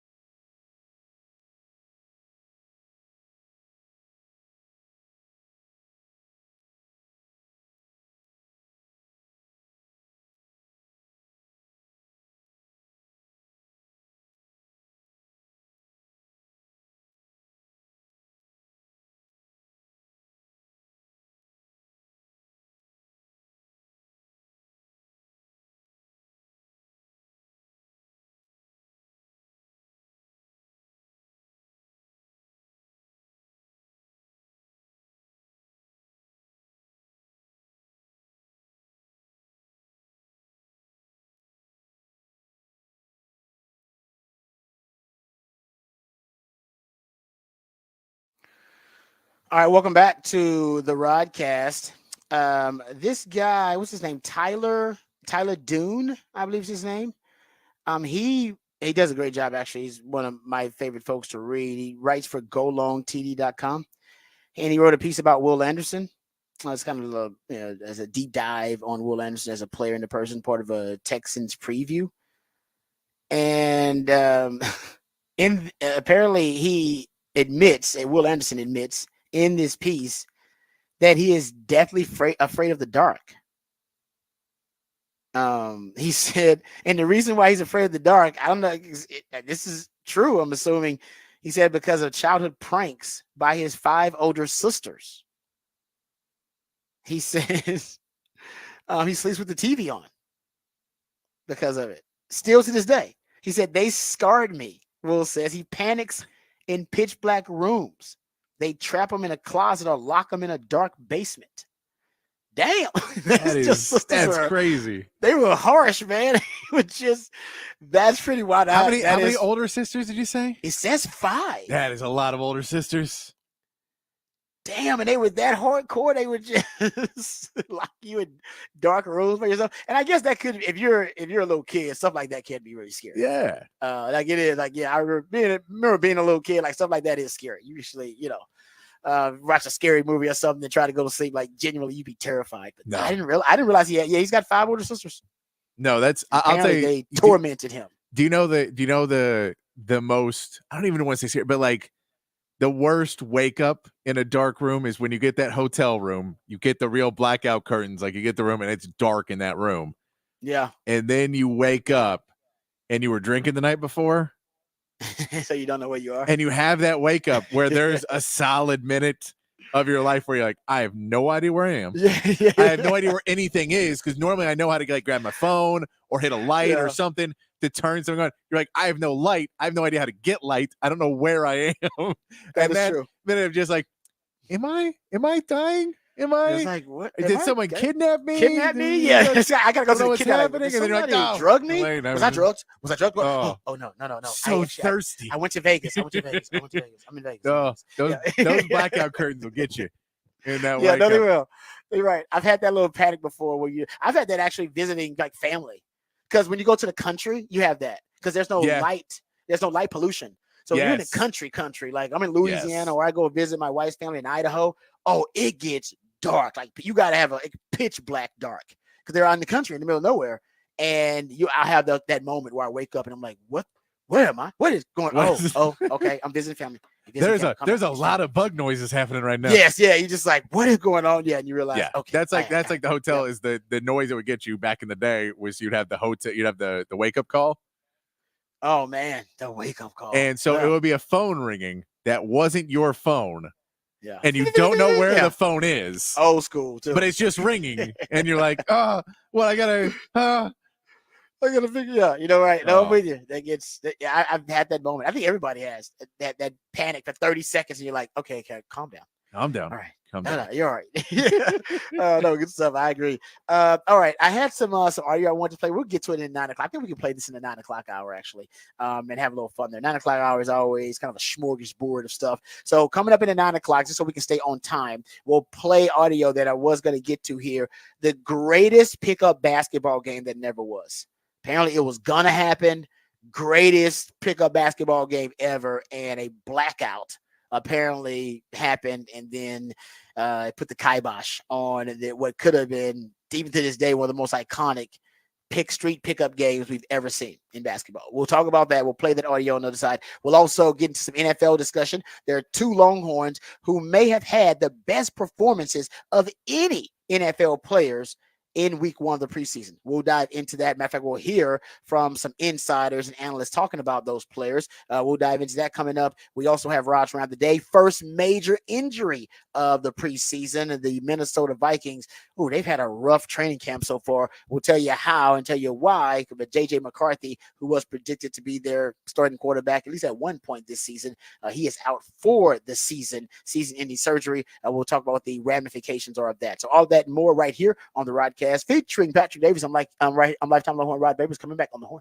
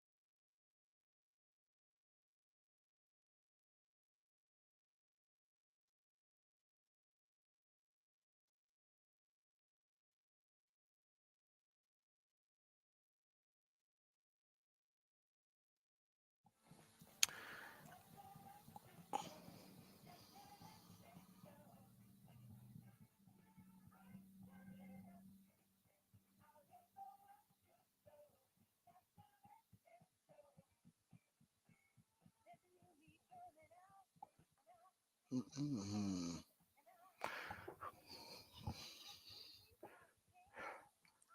Welcome back to the Rodcast. It is a new theme Thursday edition of the Rodcast. That's when my man Patrick, my co-host, the Ideallionaire, who comes up with all the musically themed days of the week, but specifically on a new theme Thursday, he comes up with a new theme that inspires him. He's receives inspiration from somewhere, and this particular new theme was inspired by the passing of a legend, Wally Amos, the famous Amos, the cookie mogul, who passed away yesterday. But what I did not know, and I was ignorant of, it blew my mind today to learn before he became a cookie mogul, he was actually a music executive and helped discover several really talented acts. And Patrick is paying homage to Wally Amos, the music executive and cookie mogul, by playing jams from bands that he helped discover as a music executive before he decided, you know what, I think cookies are my thing. Crazy. Come on, man. That is about a life full of great accomplishments. In life, truly, what you want is to bring people joy. Like, if you could make your millions off of making people happy, that's great. Making music is one of those things, because people they real like some of the most joyous occasions. You got music playing, and you're in a good mood when you're listening to music. Yeah. All right. Hopefully you are, unless it's Adele, then you're sad. But either way, right? It's a big part of our lives. And food, right? That's why if you meet people who are in the food industry and they are serious about being restaurateurs and being people who are in the food community, they talk about how some of the most joyous occasions that people have, they go out to eat for, right? Graduation, or hey, we're about to get married, so it's going to be a wedding party, that kind of thing. And they take pride in, oh man, that's people share some of the most important parts of their life and most important moments in their life with us. Like, they want to, hey, we're booking here we're having a baby shower. They're like, a baby shower, that's a big deal at a restaurant, because hey man, that's you're going to have a child. You're sharing it with them too. You trust their brand to share that moment with them. Now, you may not be thinking of it that deep, but I've talked to people who are restaurateurs. They see it. They talk about stuff like that. So if you can bring people joy and also make your money, that should be the ultimate goal. And Famous Amos, well done, sir. Well done. Yeah.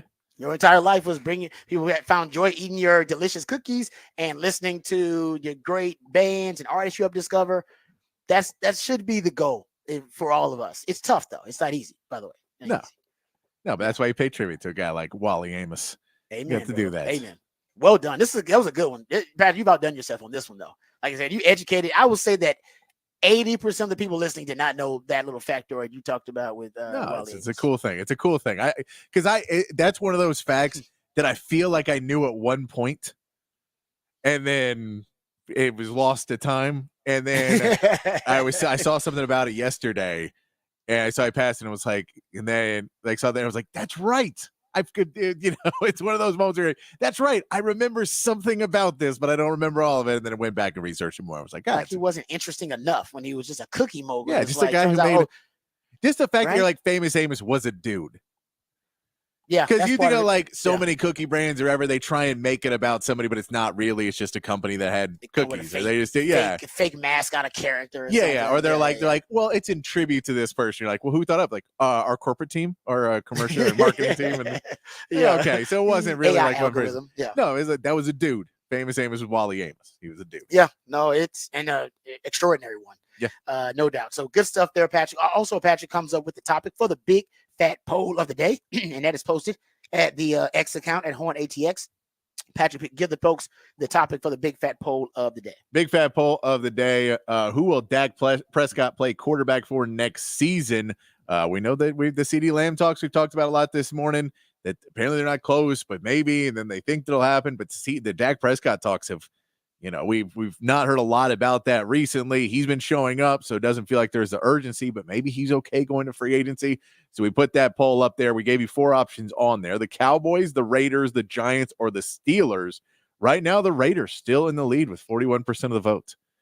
People think he's not going to be a Cowboy next year, which I think is 2 things. I think it's some people saying that they think that Jerry's going to screw it up, and I think there's other people saying, please, anywhere but Dallas. I think there is some Dak hate that's going to the Raiders as well. But they're currently winning. Dallas is in second, and then the Giants and Steelers are behind them at 15 and 13%. Okay. All right. Good stuff there from the topic for the big fat poll of the day. We'll get into Longhorns and their standout performances in week 1 of the preseason. We'll hear from a couple of NFL insiders giving their take about those standout performances, and also from a coach who actually has really complimentary things to say about Jordan Whittington. We'll dive into that. Also, we'll discuss the first big injury of training camp in the NFL and the domino effect of it. I think the Texans and the Cowboys actually may feel some of this domino effect, or maybe they should be a part of this domino effect that is happening because of the J.J. McCarthy injury, having season-ending meniscus surgery. I think that is going to open the door for Sam Darnold to be the starting quarterback for Minnesota. I'll tell you why the Texans and the Cowboys should both be paying attention to that specific situation. And also, I got to take, and this will be perfect for Rod's rant about the countdown happening right now till Texas football season, until the season starts. I think we're at 16.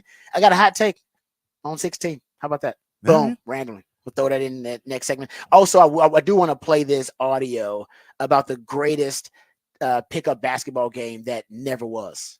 I think it's pretty compelling. So we'll dive into that at the end of this segment, or if we're not, we can play it next segment. I promise we'll get to you. We teased it, so I want to make sure we hit that. All right, so we got a lot to get into, but first, let's get updated, let's get educated, let's get informed on all the top stories of the day with Patrick Davis and the Horn Headlines. All right, your Horn Headlines brought to you by Top Gun Rentals and Lawn Equipment. In the MLB, the Astros got their 8th win in a row and a sweep of the Rays with a 2-1 win in extra innings last night. Roniel Blanco pitched 6 innings, only allowing 2 hits, leaving the game with a 1-0 lead from a Jeremy Pena home run before some good base running from Taylor Walls snuck the tying run home on a fielder's choice for the Rays. The Astros were able to get the go-ahead run on a Dubon single in the 10th, and Josh Hader pitched 2 no-hit innings with 3 strikeouts to bring home the win. Houston now gets a day off before beginning a weekend series with the struggling White Sox. And the Rangers rally big to salvage a game in their series with the Red Sox, winning 9-7. Wyatt Langford hit a 3-run homer in the top of the 9th to tie the game and send it to extra innings, where Jonah Heim knocked a 2-run homer, a go-ahead homer, that proved to be the difference in the game. Dolis Garcia added 2 more home runs in the game, and the Rangers offense gave the team a much-needed win as they now prepare for a 4-game series with the Twins starting tonight, with Cody Bradford going up against a 12-win Bailey O'Bear. And that is your Horn Headlines. All right. Thank you, Patrick, for the Horn Headlines. All right, let's get right to a couple of these stories. And like I said, we'll get into Rod's rant later on. We're going to play that audio about the best pickup basketball game that never was. But there are a couple of stories that I want to address here, NFL-related stories and Longhorn related topics that I want to hit here. So first, let's can we have the sound from Chris Long and the Green Lights podcast ready to go? I've been paying a lot of attention to Seattle because I like Mike McDonald, the defensive coordinator, now the head coach there.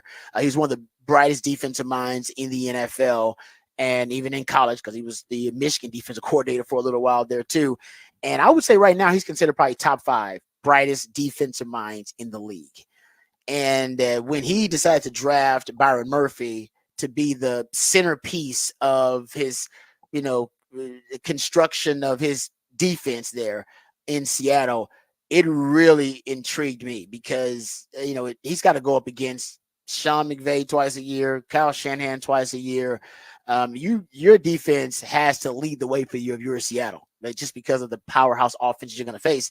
And for him as a head coach, defensive-minded guy, one of the brightest defensive minds in the NFL, for his first pick as a head coach to be Byron Murphy, I thought that was a huge compliment to Byron Murphy. And he believes this guy is going to be just a game-changing force of nature in the middle for him, and that rock of Gibraltar to build around. He's going to be the architect of this defense, and the most important foundational block for him is Byron Murphy. And so I couldn't wait to see how he used Byron Murphy in the preseason and how he was going to construct this defense around him. So first, I'll play this audio from Chris Long. It's on his Green Lights podcast. and he's on it with a couple of other guys who also defensive linemen, defensive tackles actually, and they're talking about Byron Murphy. Or actually, they're talking about standout rookies in the preseason, and then they get to Byron Murphy. Here is Chris Long and his crew. The best day for me comes out of Seattle, Byron Murphy. This guy looks like a football player. Here's one of my favorite guys coming off. He's twitchy. He's so good laterally. He's so quick laterally, and he does such a good job of generating power and like lateral quickness out of a wide base too. That's a really tough thing, dude. Yeah. The first thing I thought looking at him, and if you watch this game early in the first, they got the Chargers backed up on the 1 yard line. He's in a 2-eye, as Bo alluded to. He's got to get lateral. He's got to step out to the B gap, which is a tough one because you don't want to change your stance. You want it to look the same, and you got to get a lot of power on that inside foot and push out there. And he does. He gets skinny.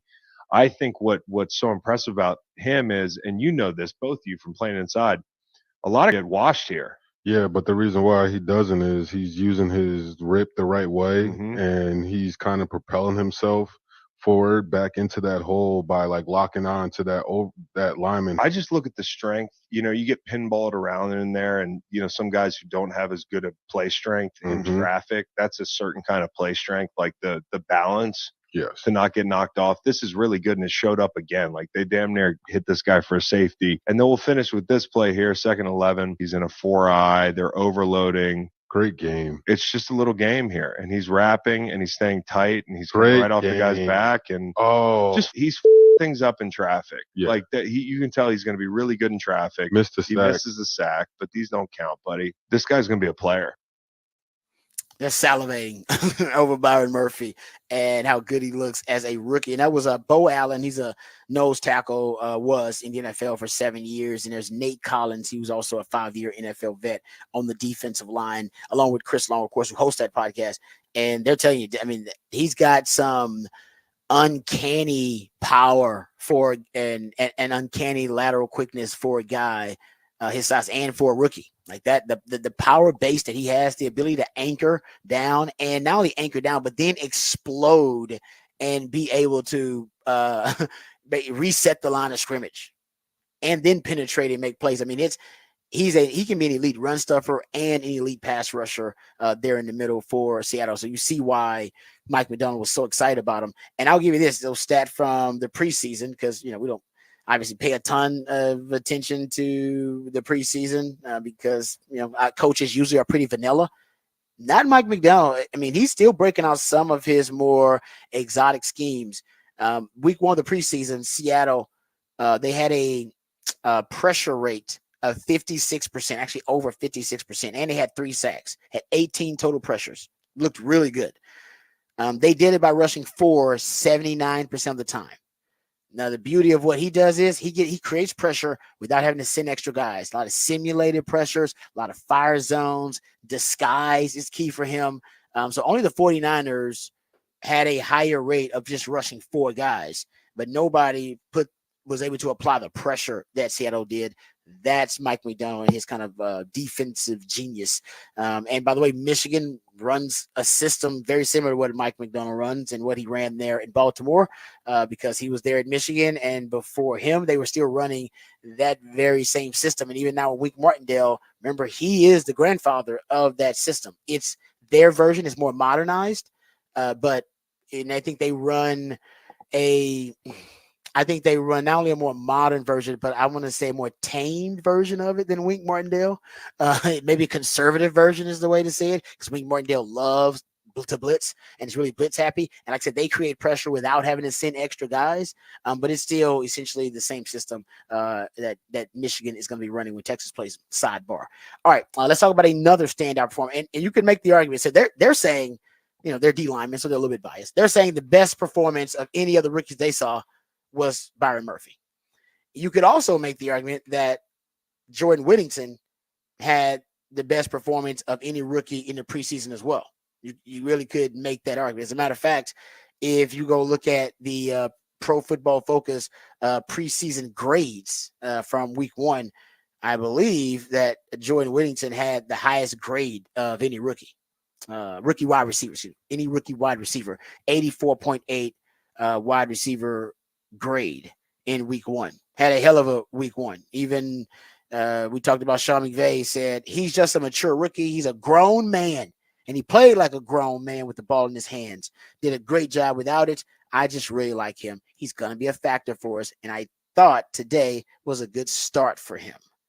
He said he really stood out. You can see he's got a great look in his eye, great game day demeanor. He said, some game day demeanor. I like that.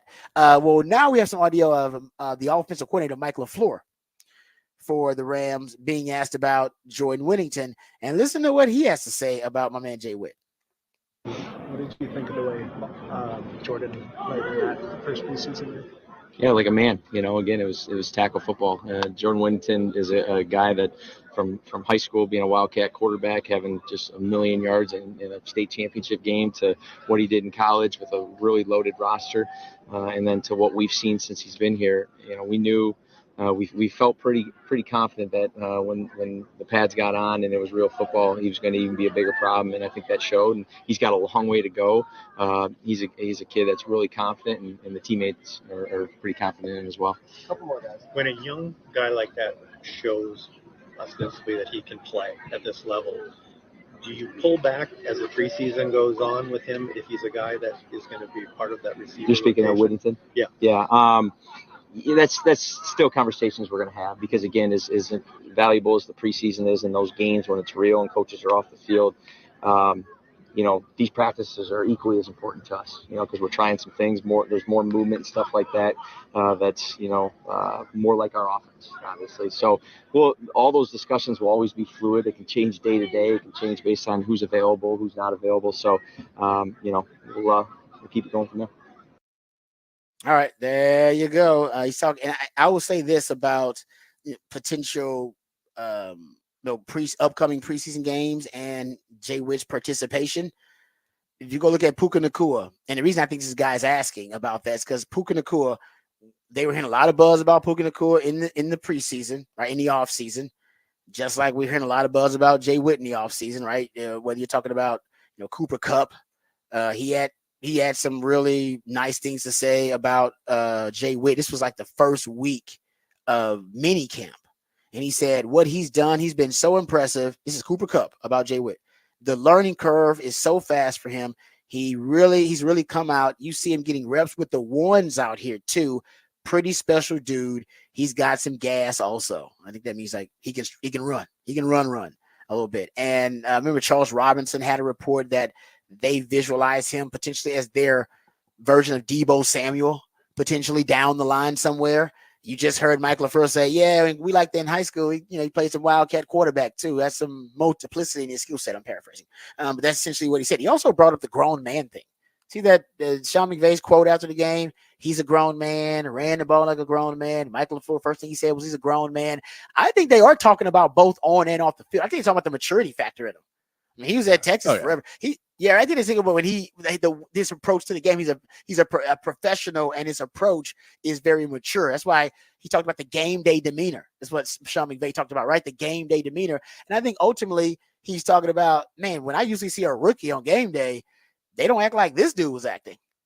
They love him. They love them some Jay Witt. There's no doubt, and they should, because I think now what they're starting to realize, this is a lesson too for a lot of young football players, whether in high school or college, and they want to play in the league, that the intangibles and the immeasurables really do matter to these teams.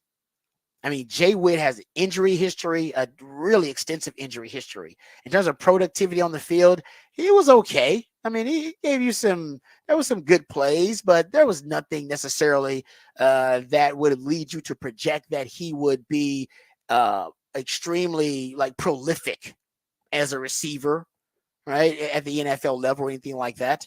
He was drafted on intangibles. He was drafted on people referring and referencing his character. When at the combine, remember, a lot of the guys were asked about their teammates. Hey, tell me about your teammate. Yeah. Tell me about this other guy coming out this year. Overwhelmingly, all the guys had nothing but great things to say extremely complimentary things to say about Jay Witt. They all went to Jay Witt. And a lot of people say they went to Jay Witt first. Oh, Jay Witt's great. Jay Witt's great. And then in the interviews, you also hear when Jay Witt's interviewing him, maybe he did this on purpose because Jay Witt's just smart. But he would interview all the teams and they would ask him, hey, what's your favorite plays from the season? He would bring up 2 plays. He said, these are my favorite plays from my time on the 40 acres. Because remember, he only played 1 damn season all the way through. Otherwise, he was dealing with injuries most of the time, right? He only played a couple of seasons without being hurt or without being injured. And he said it was the Iowa State game in 2022. He said it was the Iowa State game. Remember, they almost lost that game. Xavier Hutchinson dropped the touchdown pass. Texas got an interception in the red zone in that game. They forced a fumble late in the game on the Iowa State quarterback that was able to seal the victory for him. And there was a play late in the game to seal the game where Texas had to get a first down, handed off the ball to Rojo. Rojo was popped in the backfield. He was going to get stopped for a loss. Texas would have had to punt. And Jay Witt, while blocking for the play, saw Rojo struggling to get the first down, grabbed Rojo by the shoulder pads and pulled him across the line and crossed the first down to convert the first down. He pulled him across the line to get the first down. And he said that was my favorite play. And in addition to the TCU play from 2023, where he was also not the target, Quinto's interception. Jay Witt tries to tackle the defender who catches the interception and misses. All right, missed the tackle, got up and kept at it. Actually ended up forcing the fumble later on his second attempt to tackle the defender. He forced the fumble. Texas gets the ball back, and that's arguably the reason they won the game, because that game also came down to a game-winning play by A.D. Mitchell. Remember, they had the catch on 3rd down to convert on 3rd and long. Otherwise, TCU gets the ball back with a chance to win. If Jay Witt doesn't make that play, they don't win that game. And because he described those 2 plays, and he wasn't even a target on either one of them, as his favorite plays, his best plays at Texas, all the coaches thought to themselves, this might be the most unselfish player that's coming out in the draft this year. I think anybody knows receivers are by nature egotistical and self-centered. They're divas. They want the ball. They literally all complain about the ball. We've all seen A.D. Mitchell and Xavier Worthy on the sideline upset because they're not getting the ball. And we're not upset with that. We're like, yeah, he's a receiver. Of course they want the ball. Of course they're complaining about not getting the football. That's we consider that normal behavior for receivers, not even toxic behavior. And yet Jay Witt coming out says, nah, man, I like to block. They asked him his favorite play. He said duo. It's a run play, guys. It's a run play. He said, my favorite play is duo, because when we run that play, I know that we are about to win the game, because that's the play. That's what we line up in when we know we got a team on their back, on their heels, and we want to put our foot on the throat and finish them. We run duo down their throat and let them choke on it. I'm paraphrasing, but that's essentially what he said. And he's like, and these coaches are thinking to themselves, did this dude tell us that his best plays at Texas are as a blocker and as a receiver who wasn't even a target on a play, but he was a blocker and somebody who had to become the tackler and become the defender on the play to force a fumble to get his team back to football? Those are your best plays at Texas? Unselfish, selfless, being a great teammate. And then he gets the recommendation from Tate Haver, the long snapper, who's Les Snead's son on the Texas team, who says, all those stories are true. This guy is the walking epitome of the Texas football culture. He embodies it. Everybody respects and looks up to Jay Witt. Everybody. And the Rams go, all right. He loves his favorite play to run block is our bread and butter play, duo. Nobody runs more duo, and nobody's better at running duo than the Rams in 2023. That's why they drafted Blake Corum. Nobody ran more duo in college than Michigan and Blake Corum, and that's why they drafted him, because that's compatible. By the way, Michigan, Texas, they're going to run a lot of duo, sidebar. And they drafted him for that reason. And the reason they drafted Jay Witt, because he loves to block on our money play. And this guy is really unselfish. He's really selfless. This guy will be a great presence in our locker room. I don't think they had any idea he was actually going to be that productive this early on the field too. I'm talking about in practice and again. He's getting reps with the Warrens, guys. Cooper Kupp told you that. And you will not get that as a rookie unless you've earned some trust of the coaches. They do not like to waste practice time. They don't get enough of it. The CBA has dictated they don't get a lot of practice time. They're getting less of it every CBA. Guys don't want to practice. You think you're going to waste their practice time by putting a rookie in there who's going to screw it up? have a penalty or something, or not run the wrong route, assignment, alignment errors? No. You're only getting there with the first team unless they trust you or unless they have to do it. And that's what Jay Witt earned already. And he did it by getting drafted on the intangibles and the immeasurables. Because if you watch him on film, he doesn't have that much on film. And there's nothing to project he's going to be prolific, nothing to project he's going to avoid injury in the next month or so. But there is something special about Jay Witt. We all know that. And the Rams want to tap into that. Yeah. They want to tap into that, and I think they have. And I mean, you look at the fact that this team thought, well, if nothing else, we get a great locker room presence, and he'll do something for us. Because as you said, he's a guy who understands I want to be involved in every play. That doesn't mean I have to catch the ball. I want to be involved in every play, whether I'm a decoy, whether I'm blocking downfield, whether I'm somebody helping out on whether it's a pass play and I can come block on the back end of a pass play. I want to be involved on the play. So I'm going to be mentally involved every single play. Even when I know the ball's not coming my way, I'm not going to sit there and half-ass a run and half-ass a route and try and go out. I'm going to do all those right pieces. And you say, well, great. And then you don't think, the one thing that you don't think is, well, I bet this guy can catch a football. And that's the funny part. He's a wide receiver, and that's the one piece you probably weren't thinking. Yeah, he's probably not going to give us, multiple receptions a game, and he's not going to. He's not going to get us 50 yards, or he's not going to be able to be a threat for us with the ball in his hands. We don't necessarily need that, but we can use him on the field because of everything else he can do, because of the interest, because of his intellect, because of what he does off the field. But then to go out there in those first couple weeks and in practice and sit there and go, oh, wait. He does that at receiver too? Yeah, right. Whoa.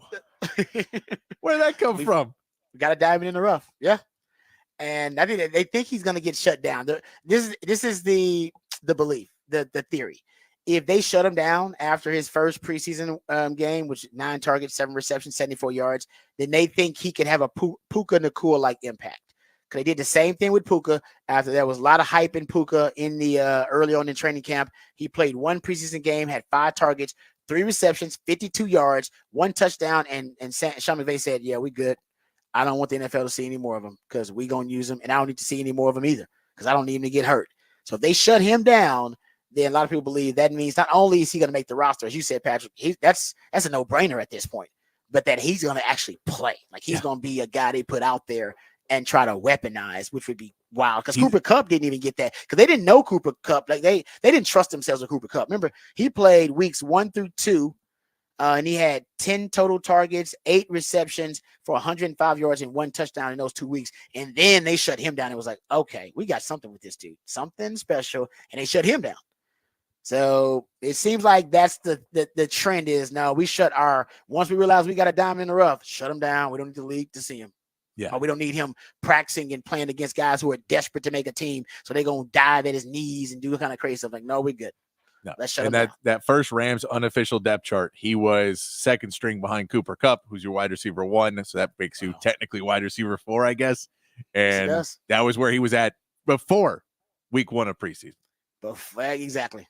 I'm happy for Jay Witt. How can you not be? That's such a great story. And it inspires, like if you are on that Texas team now and you're looking at the leaders who have been the culture bearers go on and get drafted into the league. And now okay, you know what? I can be the leader that this team needs me to be, but I don't have to be a starter, and I can still make my dreams happen and get drafted. Yeah. If I am just a great teammate and I contribute to this cause. Because guys like Keelan Robinson, guys like Jay Witt, and guys like, and Rojo probably got a lot more touches, but there are guys getting drafted now from the Texas team that really aren't necessarily prolific and productive. Yeah. Whereas 6 right? years ago, prolific and productive meant undrafted. Yeah, exactly. You can be a guy that's really productive and not get drafted at Texas. Very different now with the talent pool. Good stuff there. Okay, we'll come back. We'll play the audio of the best pickup basketball game that never was. I'll give you my hot take about 16 days being left till Texas football. And we'll talk about J.J. McCarthy, who is out for the season after season-ending surgery, and what that means, the domino effect of the first big injury of training camp, and why the Texans and the Cowboys should be paying close attention. All of that and more right here on the Rodcast featuring Patrick Davis on Lifetime Longhorn. Rod Davis coming back on the horn.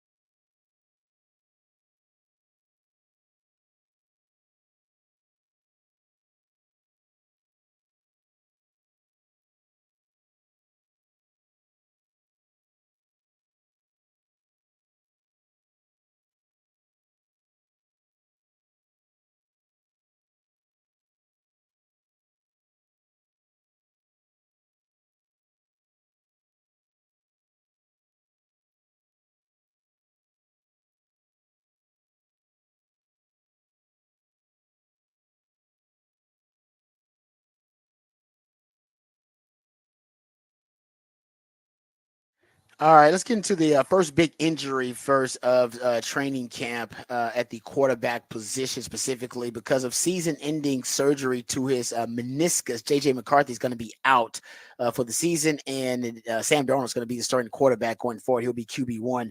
And the Vikings, they've had a rough couple of days. They had Jordan Addison went down with a ankle injury and had to get on a cart. They said it's not believed to be a serious injury. He's going to miss some practice time, but it's not a serious injury, so nothing season ending there. But that was pretty scary. And then they had another player, Thayer Thomas, go down and got looked at by trainers. And at that point, Kevin O'Connell was so stressed out and traumatized by losing his starting quarterback, J.J. McCarthy, rookie quarterback, J.J. McCarthy, and potentially Jordan Addison at the time because he was carted off the field.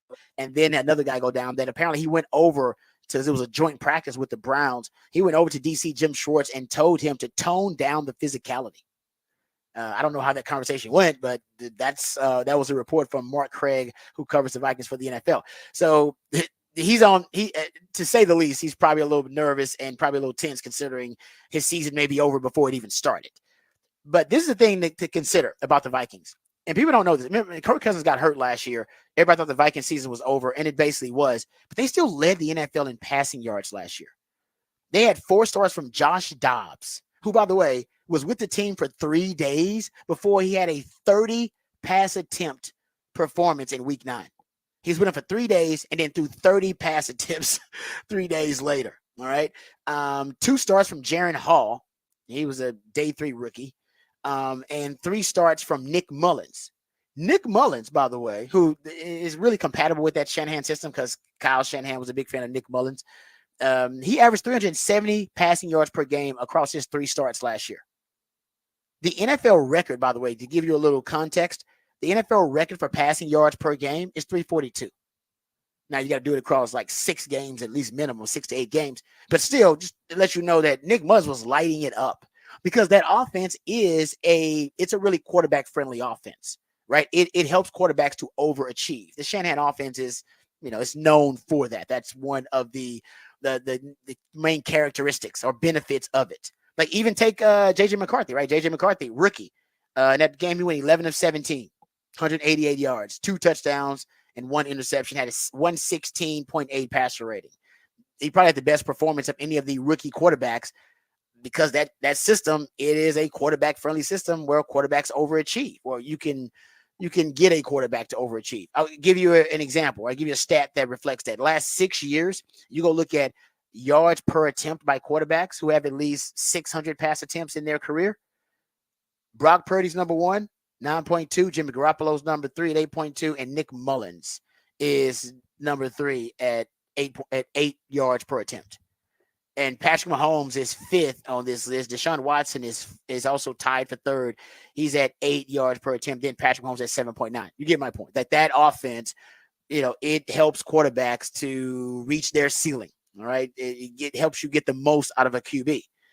And if Sam Darnold, by the way, and Sam Darnold is known as a historic underachiever as a quarterback, 22, 33, and 1 against the spread in his career as a starting quarterback. So if you're betting on, Sam Darnold, then you're wasting money. His average completion, he's never had his career. His career completion percentage is below 60%. He's never had a season where he even had a 62% completion percentage. The NFL average is 63.9. And so you're talking about 6 seasons. He's never had a season where he throws over 62%. Kirk Cousins was at over 67% completion percentage. So he's never been really accurate. He's got a real loose throwing motion, but he's still got some elite traits as a player. My point is, if he cannot achieve in this system, then Sam Darnold, he is who we thought he was. Like he's just a jabroni and a backup.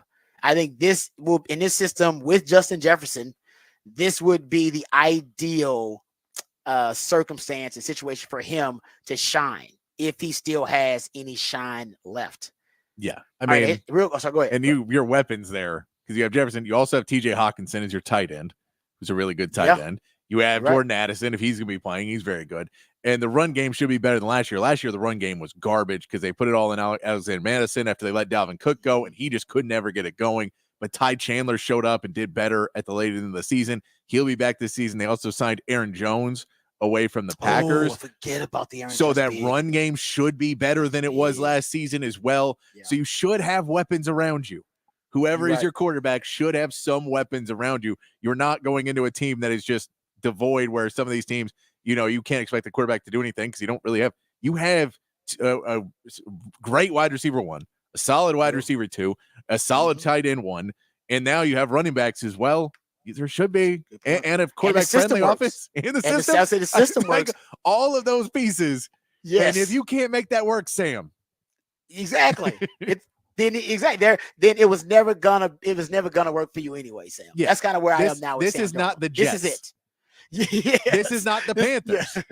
We didn't get to see him with the 49ers last year, but this is not the Jets or the Panthers, where we could understand there's some shortcomings there. So and even with the 49ers, to your point, he wasn't with them from the jump, and he wasn't given the title of QB1. Now they're saying it's you, Sam. This is your team. Yes. All those weapons you just talked about, it's all this playbook, it's all you. At the 49ers, it was like, hey, Sam, get in where you fit in, man. Emergency, whatever it may be. Now it's like, no, Sam, we're empowering you. The organization is yours. How does he perform like that with all those weapons, quarterback-friendly offense?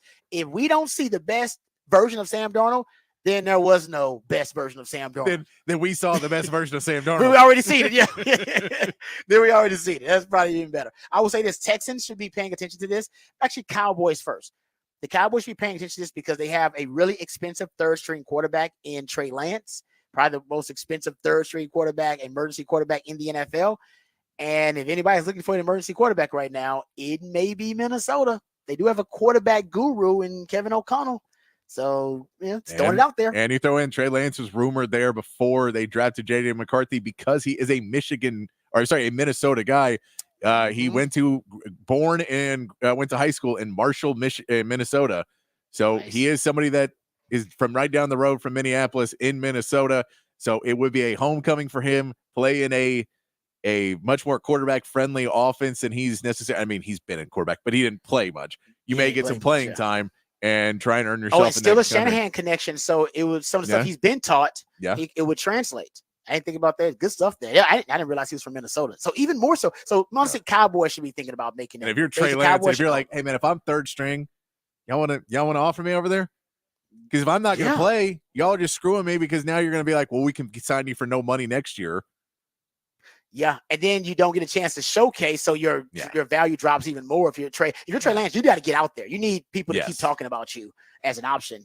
So I think that's good too. Also, the Texans, they do have Case Keenum and they have Davis Mills, so they could potentially. Case Keenum played for the Vikings at one time, so they could potentially, if they want to get some trade value, they could get some draft capital in return for maybe trading one of their emergency quarterbacks. But keep in mind, the last 2 years, the unique starts at the quarterback position, 66 starts and 68 starts by quarterbacks in the NFL. Those are the highest numbers in the history of the league. So more and more teams are starting third string quarterbacks at one point in the season because of the injuries. So they're more valuable than they've ever been. Just keep that in mind too. All right, let's get to this sound from the best pickup basketball game that never was. Can we hit this real quick? Okay, so for those who don't know, just a little bit of background on this, and this was supposed to happen back in, I think, like 2003, if I'm not mistaken, which was like LeBron was drafted, I believe, in 2003. So this is basically when LeBron was coming out of high school. Jay-Z and Fat Joe, two famous rappers. Jay-Z much more famous than Fat Joe, but if you know rap, you know both of them. Apparently, they were organizing a street ball game, a pickup basketball game that was going to be iconic. And they've been talking trash and talking noise. And the teams were going to be, Team Jay-Z was going to be LeBron, Sebastian Telfair, Jamal Crawford, Lamar Odom, and Shaquille O'Neal. Team Fat Joe was going to be Allen Iverson, Stephon Marbury, Carmelo Anthony, Jermaine O'Neal, and Yao Ming. These were the rosters. And if you didn't think it was real, here is some of the witnesses, apparently even back then, talking about what was supposed to be the greatest pickup basketball game that was never played. And the reason it wasn't because there was a blackout that happened in New York City on the day they scheduled the basketball game for, and the blackout basically put the kibosh on everything. But if it never happened, you might have had an iconic street ball game. I was playing for Team Rockefeller, but then the blackout happened, so everything was shut down. We weren't allowed to play there. We were just sat on the bus, and the lights never came on, so we just relaxed. Tracy McGrady was there; he was playing, and of course, Shaq was on ice, ready to roll in. Like he had his own arrival. Yeah, I was on the bus because I wanted to make the Brick City entrance. You know how we do. Jay-Z sent the plane, and I came up because they were saying Fat Joe had Yao Ming. Fat Joe my guy, but when they want to bring Yao Ming up to the city, I got to come shut that down all day, every day, baby. Diesel Dog Mafia. Rumors of Fat Joe's roster grew as well. And what people don't know, Carmelo and Amari Stoudemire was going to play. What they did, they came to the bench, they sat down like they weren't going to play. They were going to bring their uniform, and they were going to be in the game. I was going to play with Fat Joe, the terror squad. We were supposed to, play against, Jay-Z, and then the blackout happened. You heard so many names, Chris Webber. We heard so many names that day. Like I said, once you stop saying names, everybody could have said who was coming in that day. They was up, it's the blackout, the only station working is Hot 97, and they talking mad nonsense up there. And he's telling Shaq, I ain't worrying about you, this and that. And he told LeBron, you play against little white kids in high school, you ain't gonna do nothing out here. Yeah, this is the same LeBron as we know now. Him, that LeBron. Joe talking stuff, we talking stuff back to him, Shaq on the phone talking stuff to Joe. It's crazy, man. People in the hood, the only real power were the car stereos. So people would have the car radios on loud and the whole block would be tuned in. And of course, all through the hood, people had Hot 97 on. Jay-Z was actually leaving out of town Friday. So he already had it all mapped out that win it or lose it, he was out the next day. The lights came back on the next morning, but it was really too late to have the game. The game was scheduled for Monday. Man. And then, well, that was LeBron was in part of that. Shaq was in it. They saying it was real, Patrick. That was back in the day. So that's Jay-Z at the beginning of trying to get into the basketball world and the Rockefeller and the Rock management and all that. The sports agency, and one mixtapes were still killing in the late 90s. Those, yeah. It's like all that converging of we're going to try and create this groundswell, and I'm going to start to get into this world of when the Brooklyn Nets and he gets into that and the Rockefeller. But you look at all those pieces, it's everyone trying to be there. Fat Joe's still a staple at basketball games this day. Huge basketball fan. You're right. Yeah. And so you just go, all those pieces are kind of together, and they spent the money, and I'm guessing that was probably going to be a Jay-Z. This is my intro into I'm going to try and run the basketball world, and be big there, and circumstances did not happen. But yeah, that You're right. Makes sense. Good point. Because there's a lot of those pieces that are all the right timing. Damn, Patrick, good stuff. I did not put that together, but you are sir. That's exactly what Jay-Z was thinking. I need to end, and that's why I want LeBron out here. That's why I want the future. I want Shaq. Yes. I need these other guys that are dominating right now. I'm gonna get them all out here. I'm gonna get Jamal Crawford, who's one of the better street ball players. Plays, has all those moves. Get Sebastian Telfair. It was a name that was coming up right then too, as kind of a street ball, more energetic player. You get some of those guys, but that's what it was really. That's my guess. That's because he said in that Team Rockefeller too. It's like that was the beginning. He's already thinking about the brand. Yes. That's why he's a billionaire. You got to be thinking about chess moves ahead, and that's exactly what Jay-Z was on. Good stuff there, Pat. They didn't even put that together. That's why you're the real MVP. We come back. We'll play Who Said That on the other side, right here on the Horn.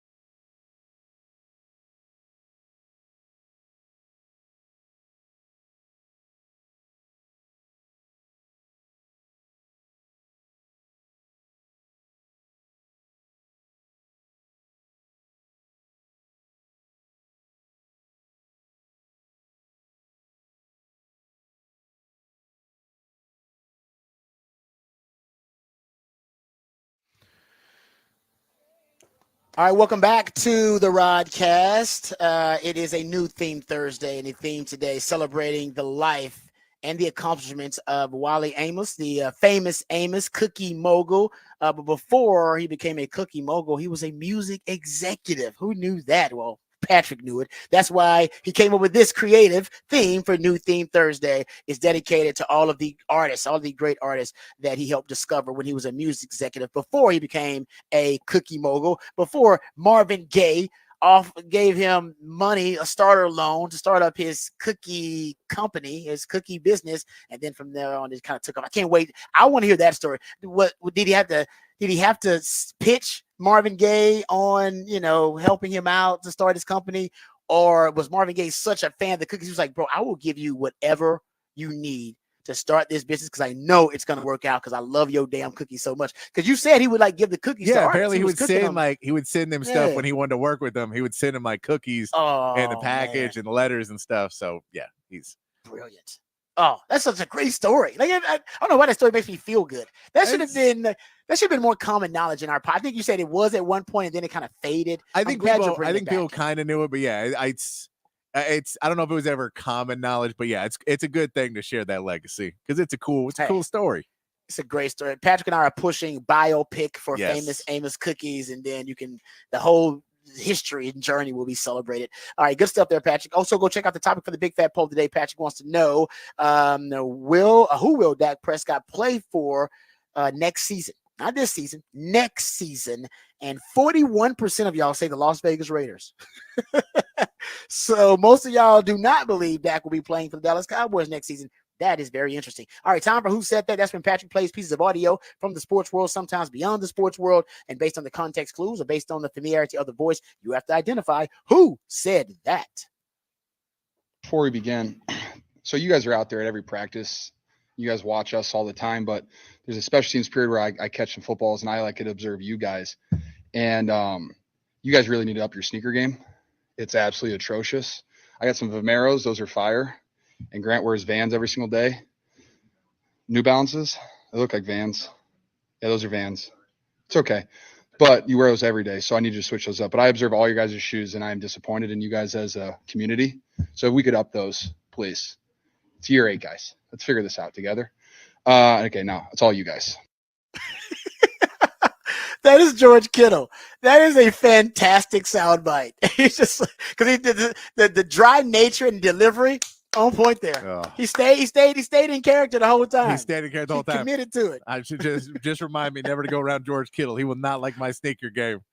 Oh, I know. I've learned that young people will criticize your sneakers. That's why you think Sark wears cool sneakers. Yeah. Because Sark knows young people, if they are mean about anything, it's your shoes. They will look at your shoes and go, ugh. Why are you wearing them ugly shoes? Young people are cruel when it comes to shoe game, man. So I am with you. My wife's cousins, they do it to me all the time. So I got to up my shoe game around them. All right, we upped our game today. Hope you guys enjoyed it. Thanks to my man, Patrick. Thank you guys for listening. Remember, the revolution will not be televised. We're talking about it right here on the Rodcast. We love you guys. We mean that. Take care of yourselves, but more importantly, take care of each other. Until next time, hook 'em and peace.